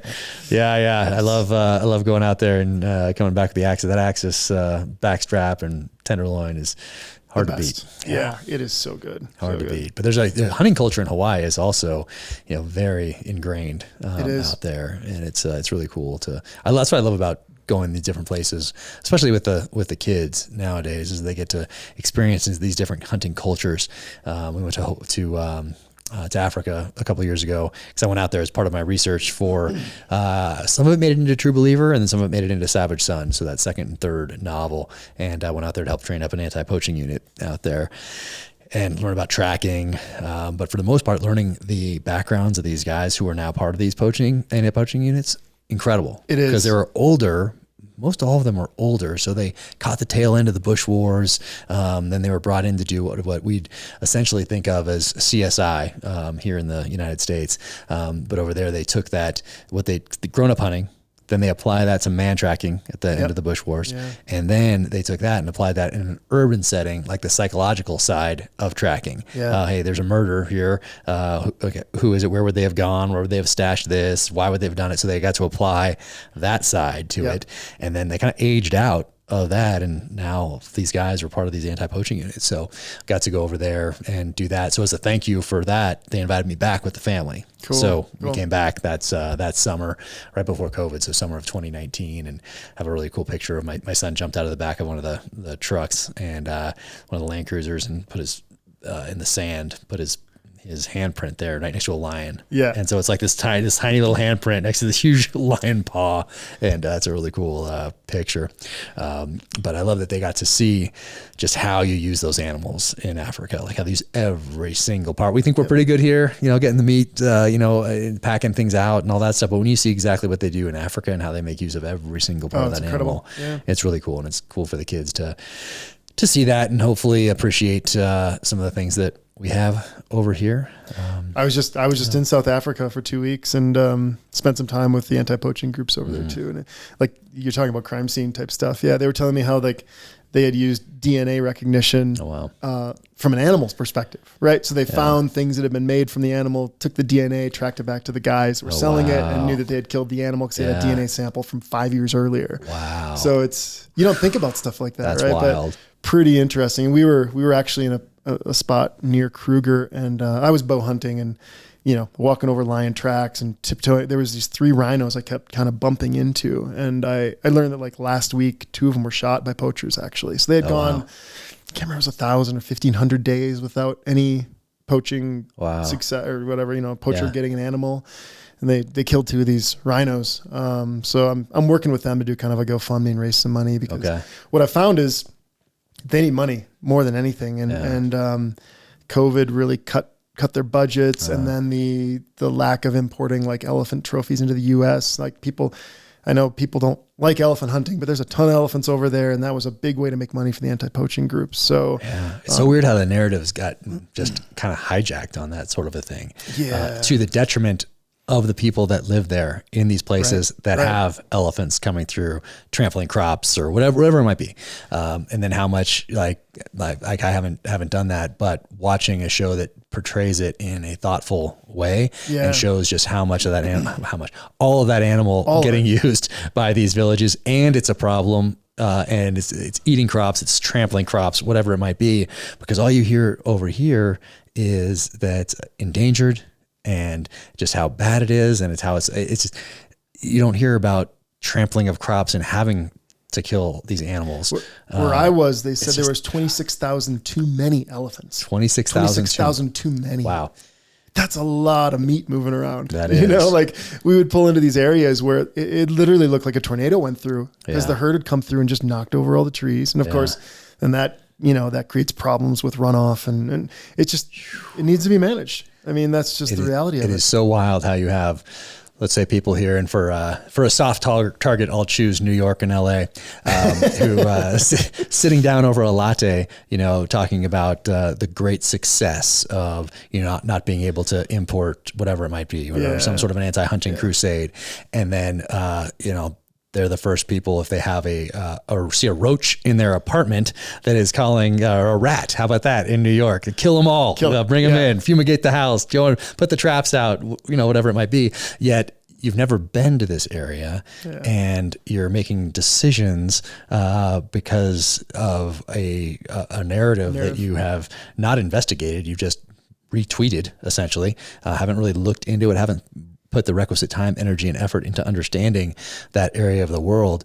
But you think what's best for a villager living in Mozambique who needs to feed their family, who is now has a problem with elephants, lion, crocodile, whatever it is. Going down to the river and getting eaten by a crocodile. Hey, lions are walking by, and guess what?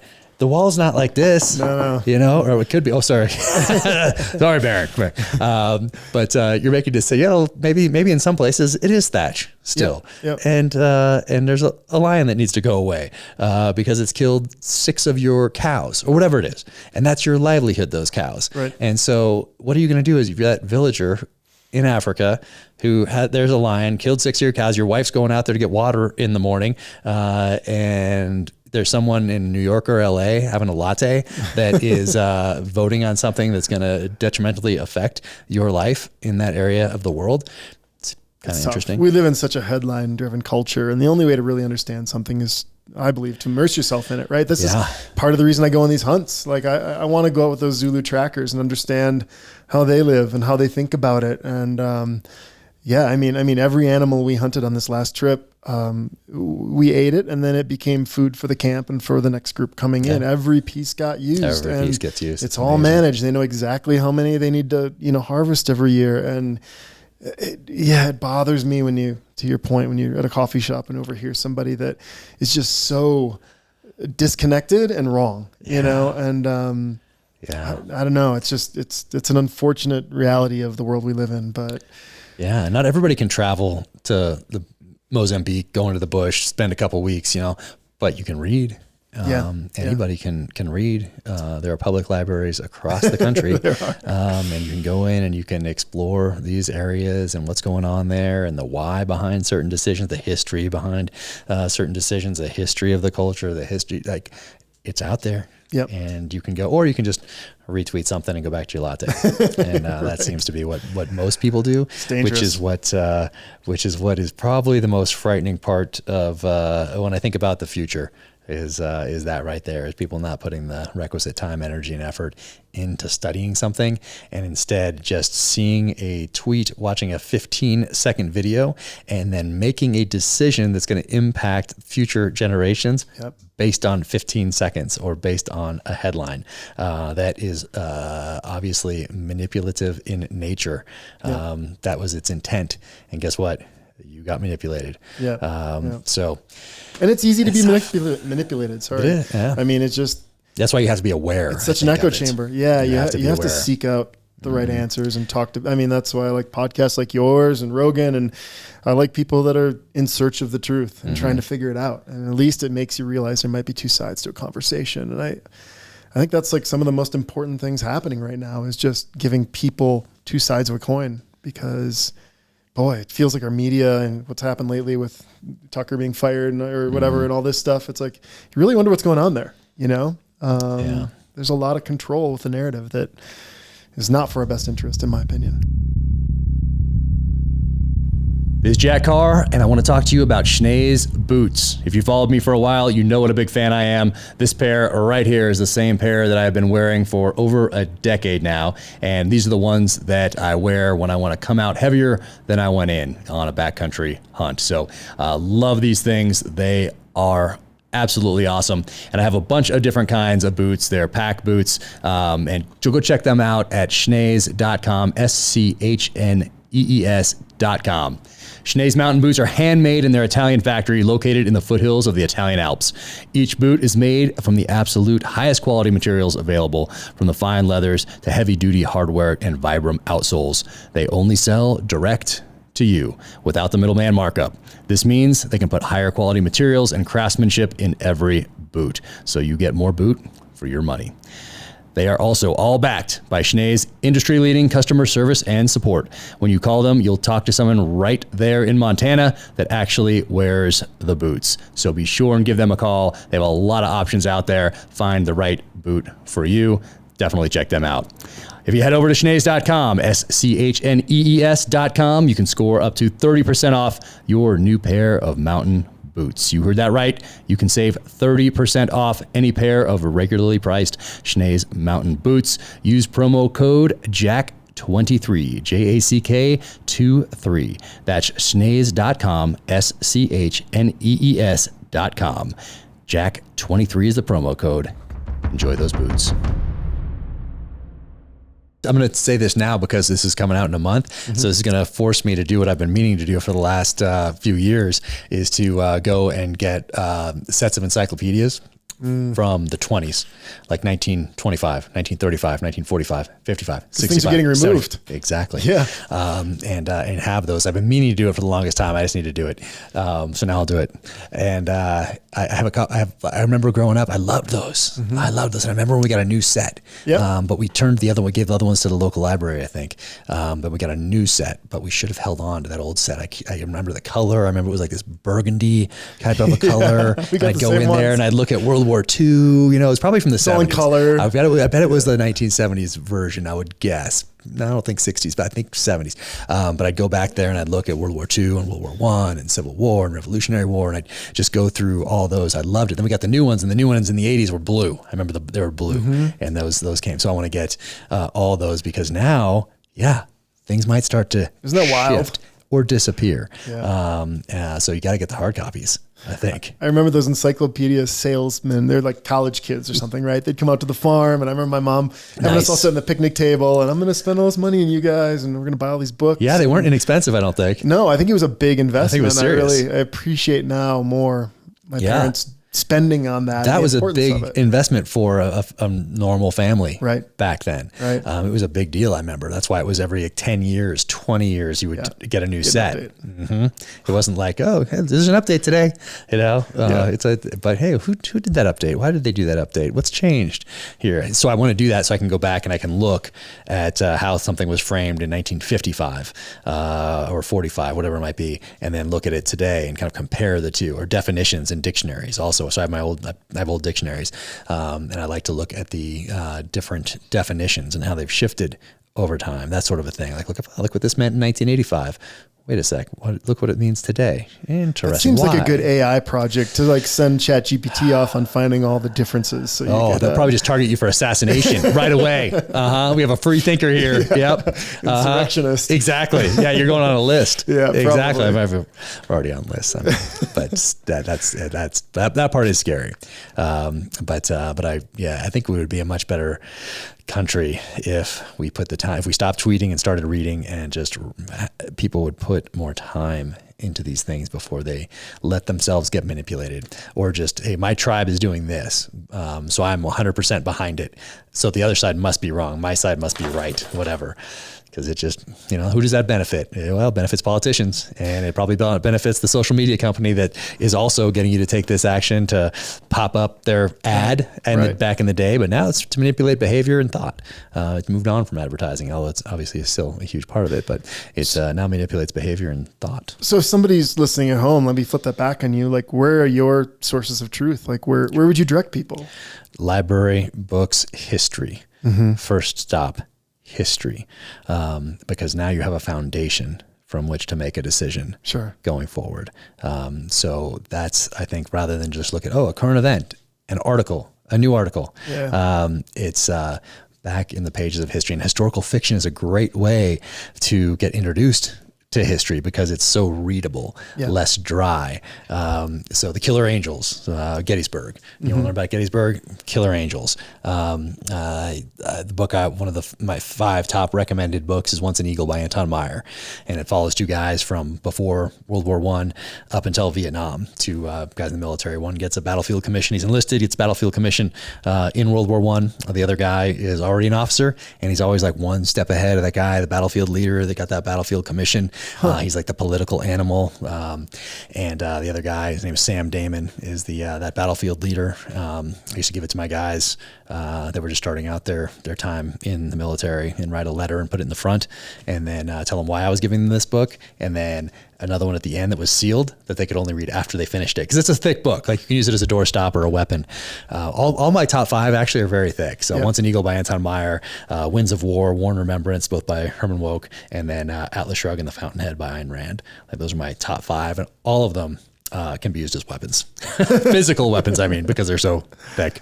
But historical fiction is a good way to introduce people. The Winds of War, War and Remembrance, both historical fiction, showing the lead up to World War II, and takes you through World War II in War and Remembrance through the eyes of a family that's multi-generational. So you learn so much about World War II, and then you can go back, and then maybe you can read some of that nonfiction stuff, because this historical fiction spurred something in you to go back and look. But really realizing what was sacrificed for us in this country from the inception of this nation up until today. I think that history is kind of going away because there's so many distractions, and we're not really putting the thought into it that allows us to appreciate what was sacrificed. We can just say, oh, my side says this, need to censor this. We can't let the other side speak, or these guns are bad. So ban them, or okay, great. Spend a little more time going back in the pages of history to realize why we have these rights, why we have that First Amendment, why we have the Second Amendment. And if you still come to the same conclusion, no, all right, but at least you put in the time. Yeah. And we're not making these decisions for us. For the most part, it's for the next generation. Yeah. So that's the part that hey, what can you do? I hate to say it, but I hate saying losing battle, but you're up against it. If you're that person that's putting the thought in and putting the time into the pages of the history books, and things have already shifted, or you're getting so many inputs from these, you're up against it these days, especially if you're trying to instill that attribute in your kids. Right. It's tough. Yeah. It's a lot to overcome, right? It's a lot. An individual versus pretty much everything else they're seeing. It's a lot. Yeah. Are you going to use ChatGPT for your business for hey, write an ad and see what it is like, and then edit it, or hey, write some copy for this new bag and have it be 500 words, and make sure it it's cold weather survival or whatever it might be. Are you going to try to use it? I've been using it a little, more of a research perspective. Okay. So what I might do is be like, hey, to give me the top 10 gasoline generators per consumer reviews and what people like about them. Okay. As a starting point for when people are talking about doing off the grid stuff. Right. Okay. And so instead of me going out and reading 100 different websites and trying to figure out, to me, that's a really factual, tangible thing that it can do quickly. That'll save me time. Yeah. I think what I'm trying to figure out is how to use it better. I think with everything you have to adapt to some extent and use the tools at hand. I'm never going to be somebody that's just completely handing everything over there. Oh, yeah. But I think that it's like, do you want to walk to town or take a car? I think there's some ways to use it where you're still getting the same outcome that you would have got anyways. It's just being efficient and being a small business and being busy. I think that's something you need to at least pay attention to and try. So that's how I'm using it right now. Yeah. I haven't used it yet. Somebody sent me a chapter. They said, hey, write the next first chapter of the next Jack Carr novel or something like that. And it came out, it was, it wasn't great. It was pretty good though. It wasn't bad. It was kind of like, well, I sent you one. Do you remember that? I said, did Jack Carr get AI right? Oh, yeah, you did tell me that. That's right. What did it say? They wrote 3 paragraphs where it's like, well, it's fiction, and but some things made sense, but some it's all that's right. It was exactly. It was kind of bland. It was really bland. Same with this, and with this, it was like you could tell. Like in 10 years, maybe you won't be able to tell, but in the creative space, I think you'll be able to tell. Like I could tell because it's me, obviously. Right. But it wasn't bad. I mean, it wasn't bad. It had the couple wrong names and a couple wrong anyway, it wasn't quite right. But in 5 years, it'll be pretty dang close. Wow. But I'm thinking about the same thing as using it as a research assistant. Mm-hmm. So instead of me doing that research like you're talking about, exactly the same thing, saying hey, and I heard you have to give it, I don't know if this is true or not, but someone told me that you had to give it access to kind of like TikTok, have to give it access to everything because you hit that agree and it gets access to your phone and everything else, but it gives you access to the other things on your computer I don't know if this is true, to ChatGPT. So it kind of learns you. And that's interesting. So I don't know if that's true or not. That's just what someone told me. So I believe that it is quite possibly true. So what I'm going to do is get a computer that is just for that. Just clean. Yeah, exactly. Just for that, set it up. And that's like, I don't know, my Gideon or the Oracle or whatever, and ask it some research questions and see if that helps from a time management perspective. If I'm looking for something like, hey, what's top 10 books on, X, Y, or Z, and then look at those and be like, okay. And then, look at them. Oh, I remember that one. Okay. I need to get these, or I need to get all 10 of these and go through them. Or, hey, give me a 5 pages, on the most the easternmost battle of World War II, and were there snipers in that battle? Right. And what were their names? What awards did they get? What are they? That sort of a thing, and see what pops out. Just kind of test it. Yeah. Just to see if it'll make things more efficient. So my understanding is it's still making things up a lot of times. Like I've heard a lot of people like I put this stuff in, and it just kind of gives you an answer, and it. I've heard that it's scary how fast it's progressing, I think. And I don't know where it goes. I mean, you can't put your heels in the sand and just do nothing with it. But, I think the most important thing is to understand it, to use it in a authentic way or a reasonable way, like I'm not going to make it the voice of my company in any way like that, but there's some things I think that help you kind of move faster. So it's interesting. Yeah. So I'll look into it, or maybe for this next book or something like that, I'll look into it just for like a research assistant. The same thing that you would ask if you had a research assistant, which I don't, kind of the same types of questions, but instead give it to ChatGPT and see what pops out. And then look at it through the eye of, is this thing trying to manipulate me? You always have that question there. What is this thing trying to do? Yeah. We shall see. But, what product of yours is do you have a bestseller?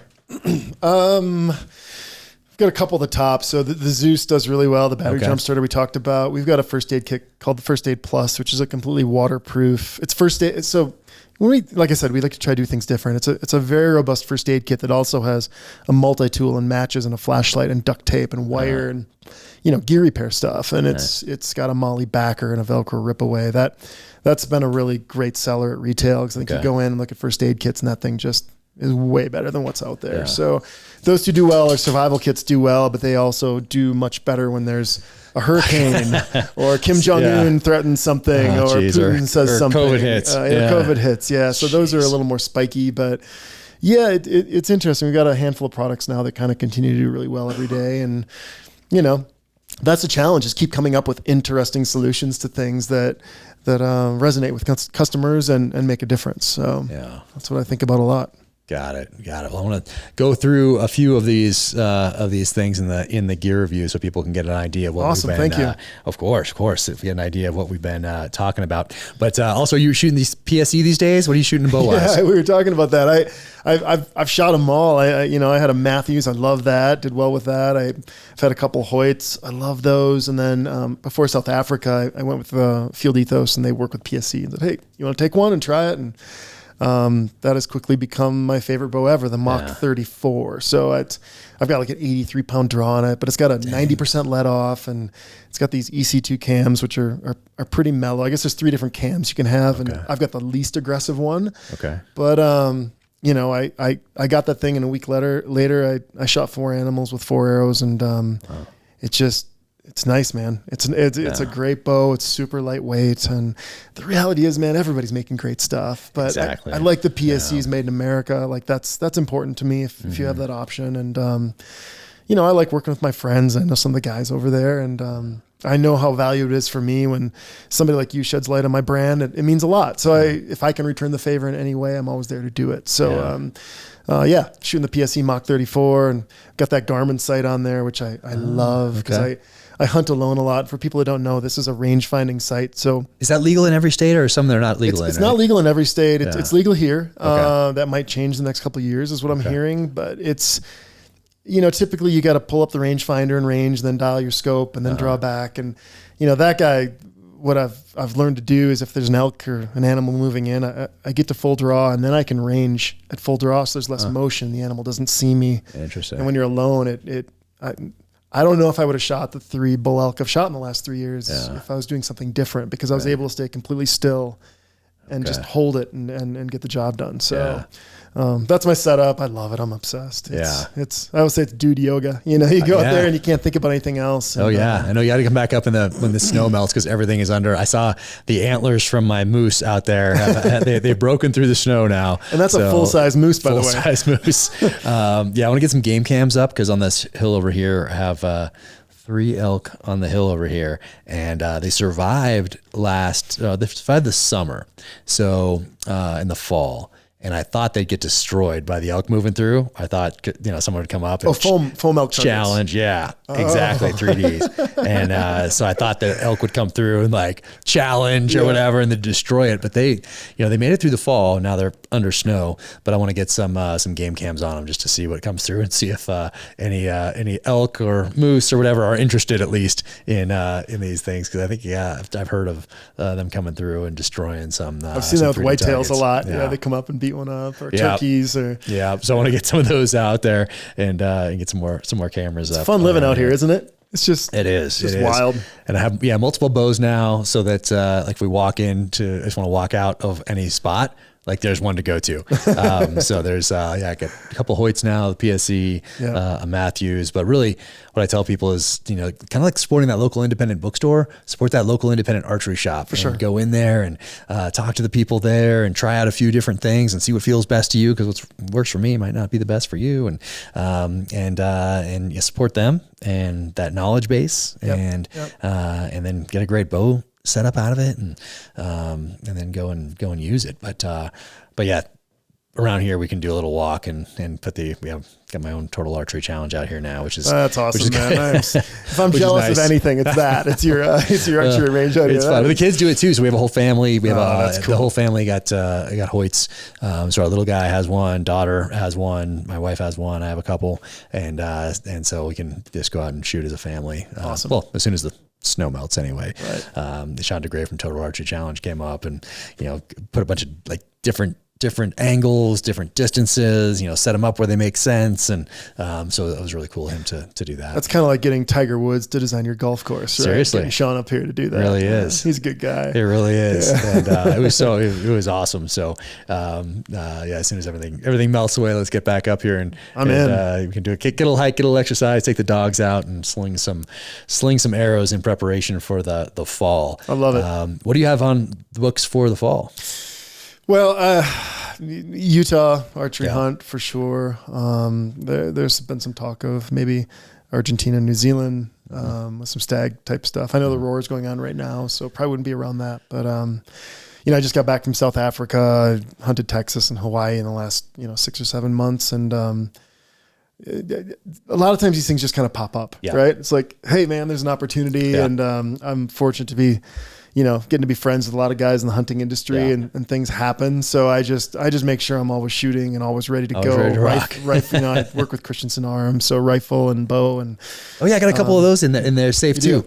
Yeah, awesome. I need to set them up. I need to get some glass on there. I've been so busy, I haven't had a chance to put glass on them Which yet. ones do you have? But got their AR looking one. I don't know the names of them. CA 5.56, is it that one? Or they have a couple. Yeah, I've got a couple of those, and they look awesome though. I have a Ridgeline. I got a Ridgeline. Ridgeline with the new lightweight FFT stock on it. So 300 Win Mag is what I took to Africa, and just a great gun. That gun has killed a grizzly and a moose and a bunch of deer and elk and now a kudu and a zebra, and that 300 Win Mag round is pretty nice. So it's hard to beat. It is. It's hard to be, especially if you're used to it. And I came up in the SEAL teams as a sniper shooting that round, so I just feel very comfortable with it. Yeah.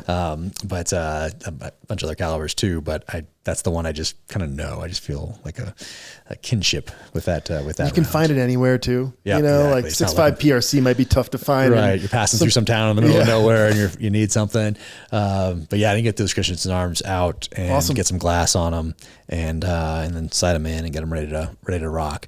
But yeah, I think this fall might be a wash. I mean, if I get out, I think I'll get out to Colorado for elk with the family. Because now it's more about that rather than me zipping off. We'll be filming for this next series, so I think it's going to be overseas. So I'll have that. So I don't think I can come home from 2 or 3 weeks overseas, come home and leave the next day on a 10-day hunt or whatever. I think it's probably going to be, if I go, it'll be with the family and we'll jump in the truck and head out to Colorado or something like that. If you get a random day or two, just shoot me a text and I'll get the truck packed and pick you up and we'll go up to the Uintas. Okay. I got a couple Probably spots. should do that because I've been so busy while I'm here. I've hunted just down the road here, very close by at a great elk. But I'm just going so hard all the time that I haven't really taken advantage of Utah as a hunting state. And man, I've been lucky to hunt a lot of places, but Utah in late September, is kind of hard to beat, in my opinion. Yeah, I can practice calling here because the elk are right here, and you're hearing them, every night, which is really cool. So I need to practice. Yeah, I need to practice turkey call here, although they'd essentially be town turkeys because they're very safe. So you saw them on the way in, right? I mean, there's 200 turkeys out here that are not afraid of anything. Nope. So I don't know anyway, I can try practice. I can practice calling turkeys, and then also I bring reeds with on my trail runs in the fall because so many places where I run, the herds are, and you'll be running and like, oh, is that a bull? Let's see if I can pull him in, Yep. And I need to do that. I need to go on the deck out there with a glass of wine or some whiskey and just practice, and just see what happens. Yeah. But yeah, I need to add that to my nightly routine. What a place to live, man. Blessed. Yeah, I feel very fortunate. Very fortunate to be here. Super cool. Awesome, man. Awesome. Well, let's grab some of this gear and go over it. And I want to see what new stuff you have as well. Sure. And we'll do that. But man, thanks so much for coming on today. I really appreciate it. And I'm excited to see what the future holds for you and the company. Thank you. And we need to get out and do some more skiing next year. Gosh, there's always so much going on, but we need to get up and do some more early morning climbs and skis. And ready when you are, man. Yeah, I know you're busy, but it's always fun. And thanks so much for having me and Baron, of course. Yes, Baron. Look at that. Look at Baron is just out. Scout. This is Scout's usual chill time, but she's so excited to have somebody else that's gonna pet her. She just loves it. So thanks, man. You bet. Thanks. All right. Today's episode is also brought to you by Black Rifle Coffee Company. Grab a can of Black Rifle Coffees ready to drink, the perfect balance of quality and convenience. If you want a Spartan level caffeine kick, try Ready to Drink 300, available in salted caramel, vanilla bomb, and more. Made with an electrifying blend of MCT oil and amino acids, Ready to Drink 300 packs a caffeine punch that'll supercharge your day. Ready to Drink is perfect if you need your coffee quick, and shopping with Black Rifle Coffee helps give back to the veterans and first responders who serve our nation. You can stock up on cans at blackriflecoffee.com or grab an ice cold can at a convenience store near you.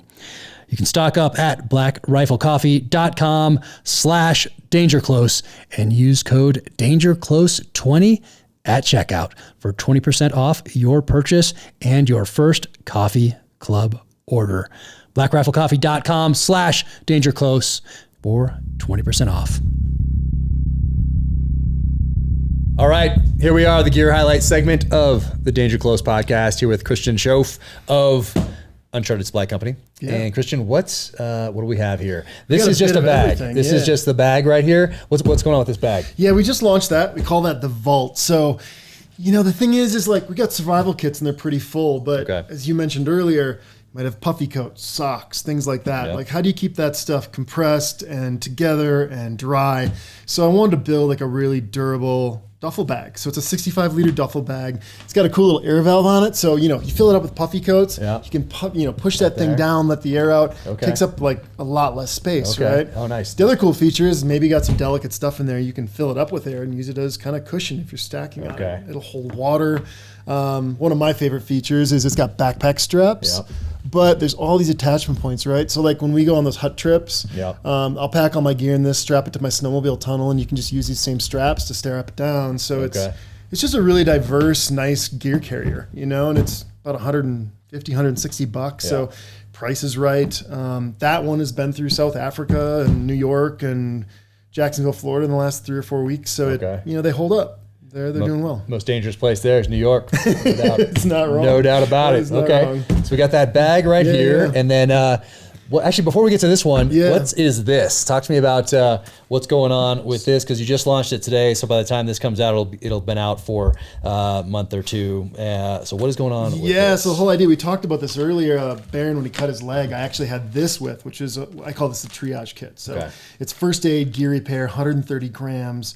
A lot of people have first aid kits, but they got it in their car. Yeah. And I wanted people to have something on them because that's when you need it, right? So ultra lightweight, and I basically saved him with this. We took a lot of learnings from this and built a first aid kit for a dog collar. Again, most people have dog first aid kits, but they're at home or they're in their car, and dogs get into stuff all the time, as we saw during that whole podcast. So it's like, It's a military grade nylon. It's got a really cool fidlock magnetic buckle. Nice. It's got a handle on it. And then everything in here is for like cuts and bites and, porcupines, that kind of stuff. Yeah. So obviously it's not a full first aid kit that's going to solve everything, but my goal always is, can you fix the problem enough to get to the next stage, which is maybe your truck, and then your truck gets you to the vet. So super light. We spent a lot of time in this. It won Best in Show at Outdoor Retailer. Awesome.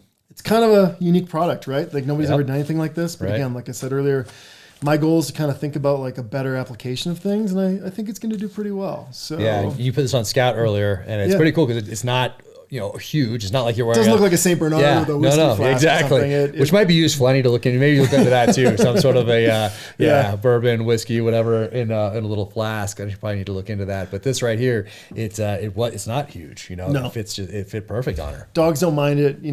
We actually won Best in Show with a prototype that was a lot bigger, and we were going to launch it, and I was like, I'm not satisfied with this. It flops too much. It's too big on small dogs. Yeah. So it took us another 1.5 years to get here, but I think we're in a good form now, and it's pretty cool. Yeah, no, that's awesome. Yeah, getting one of those right there. And you still sell this one too?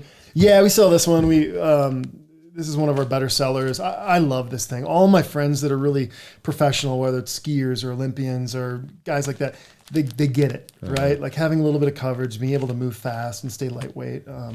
I love this thing. It's 70D parachute material. It's got reflective, pieces on it. So if it's in your bag at night, you can find it quickly. Clear instructions. Just a nice kit to have on you. If I'm elk hunting, that's in my pocket. If I'm mountain biking, it's in my pocket.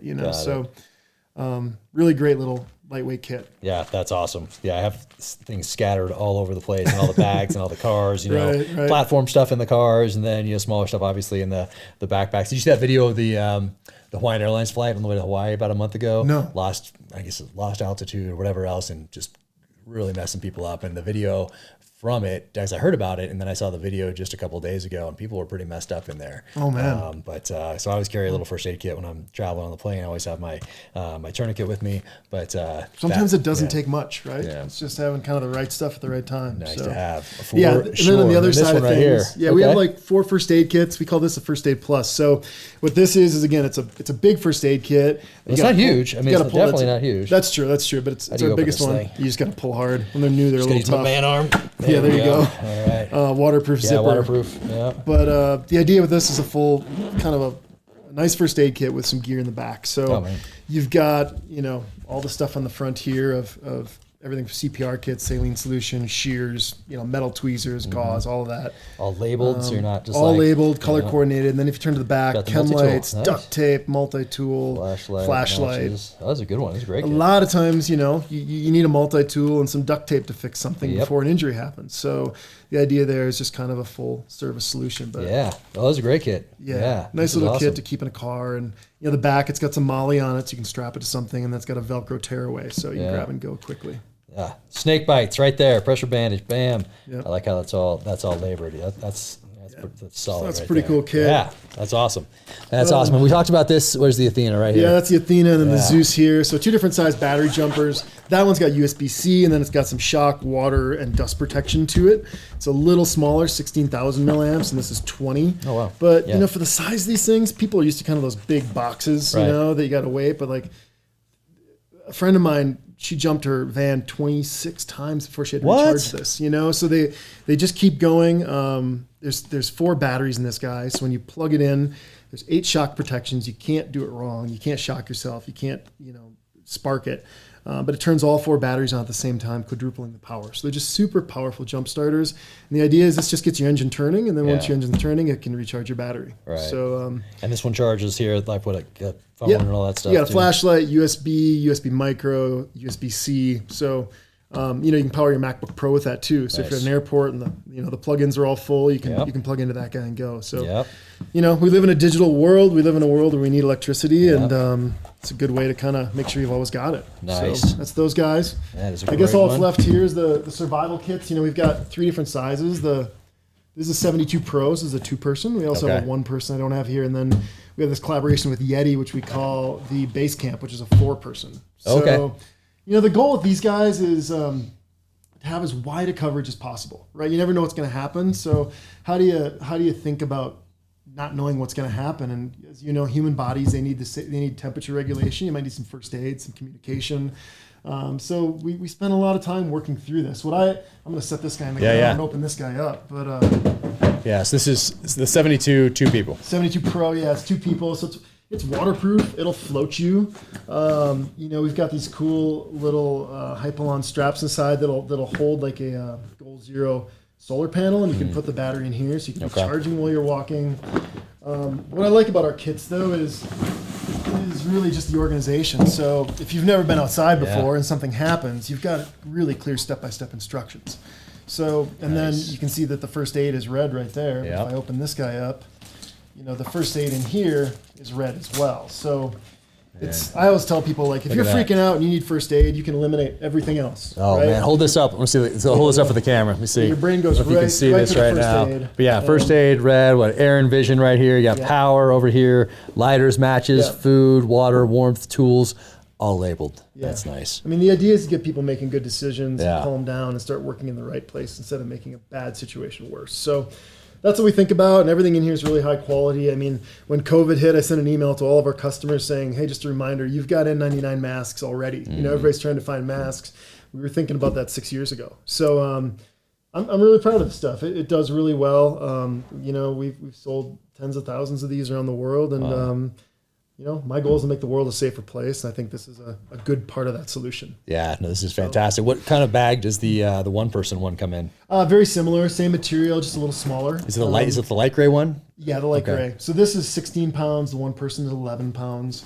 And if let's say you want to make this for 3 people, it wouldn't be hard to add a few more pieces. Right. So what we try to do is keep things. One mistake people make is they take too much stuff, right? And then you're carrying 40 pounds. And you're slow and you're sweaty and you're burning calories. So lightweight, effective, organized. Kind of try to think about everything when we build this stuff. No, this is fantastic. I'm going to get another one of these for my daughter for her car for school. With you.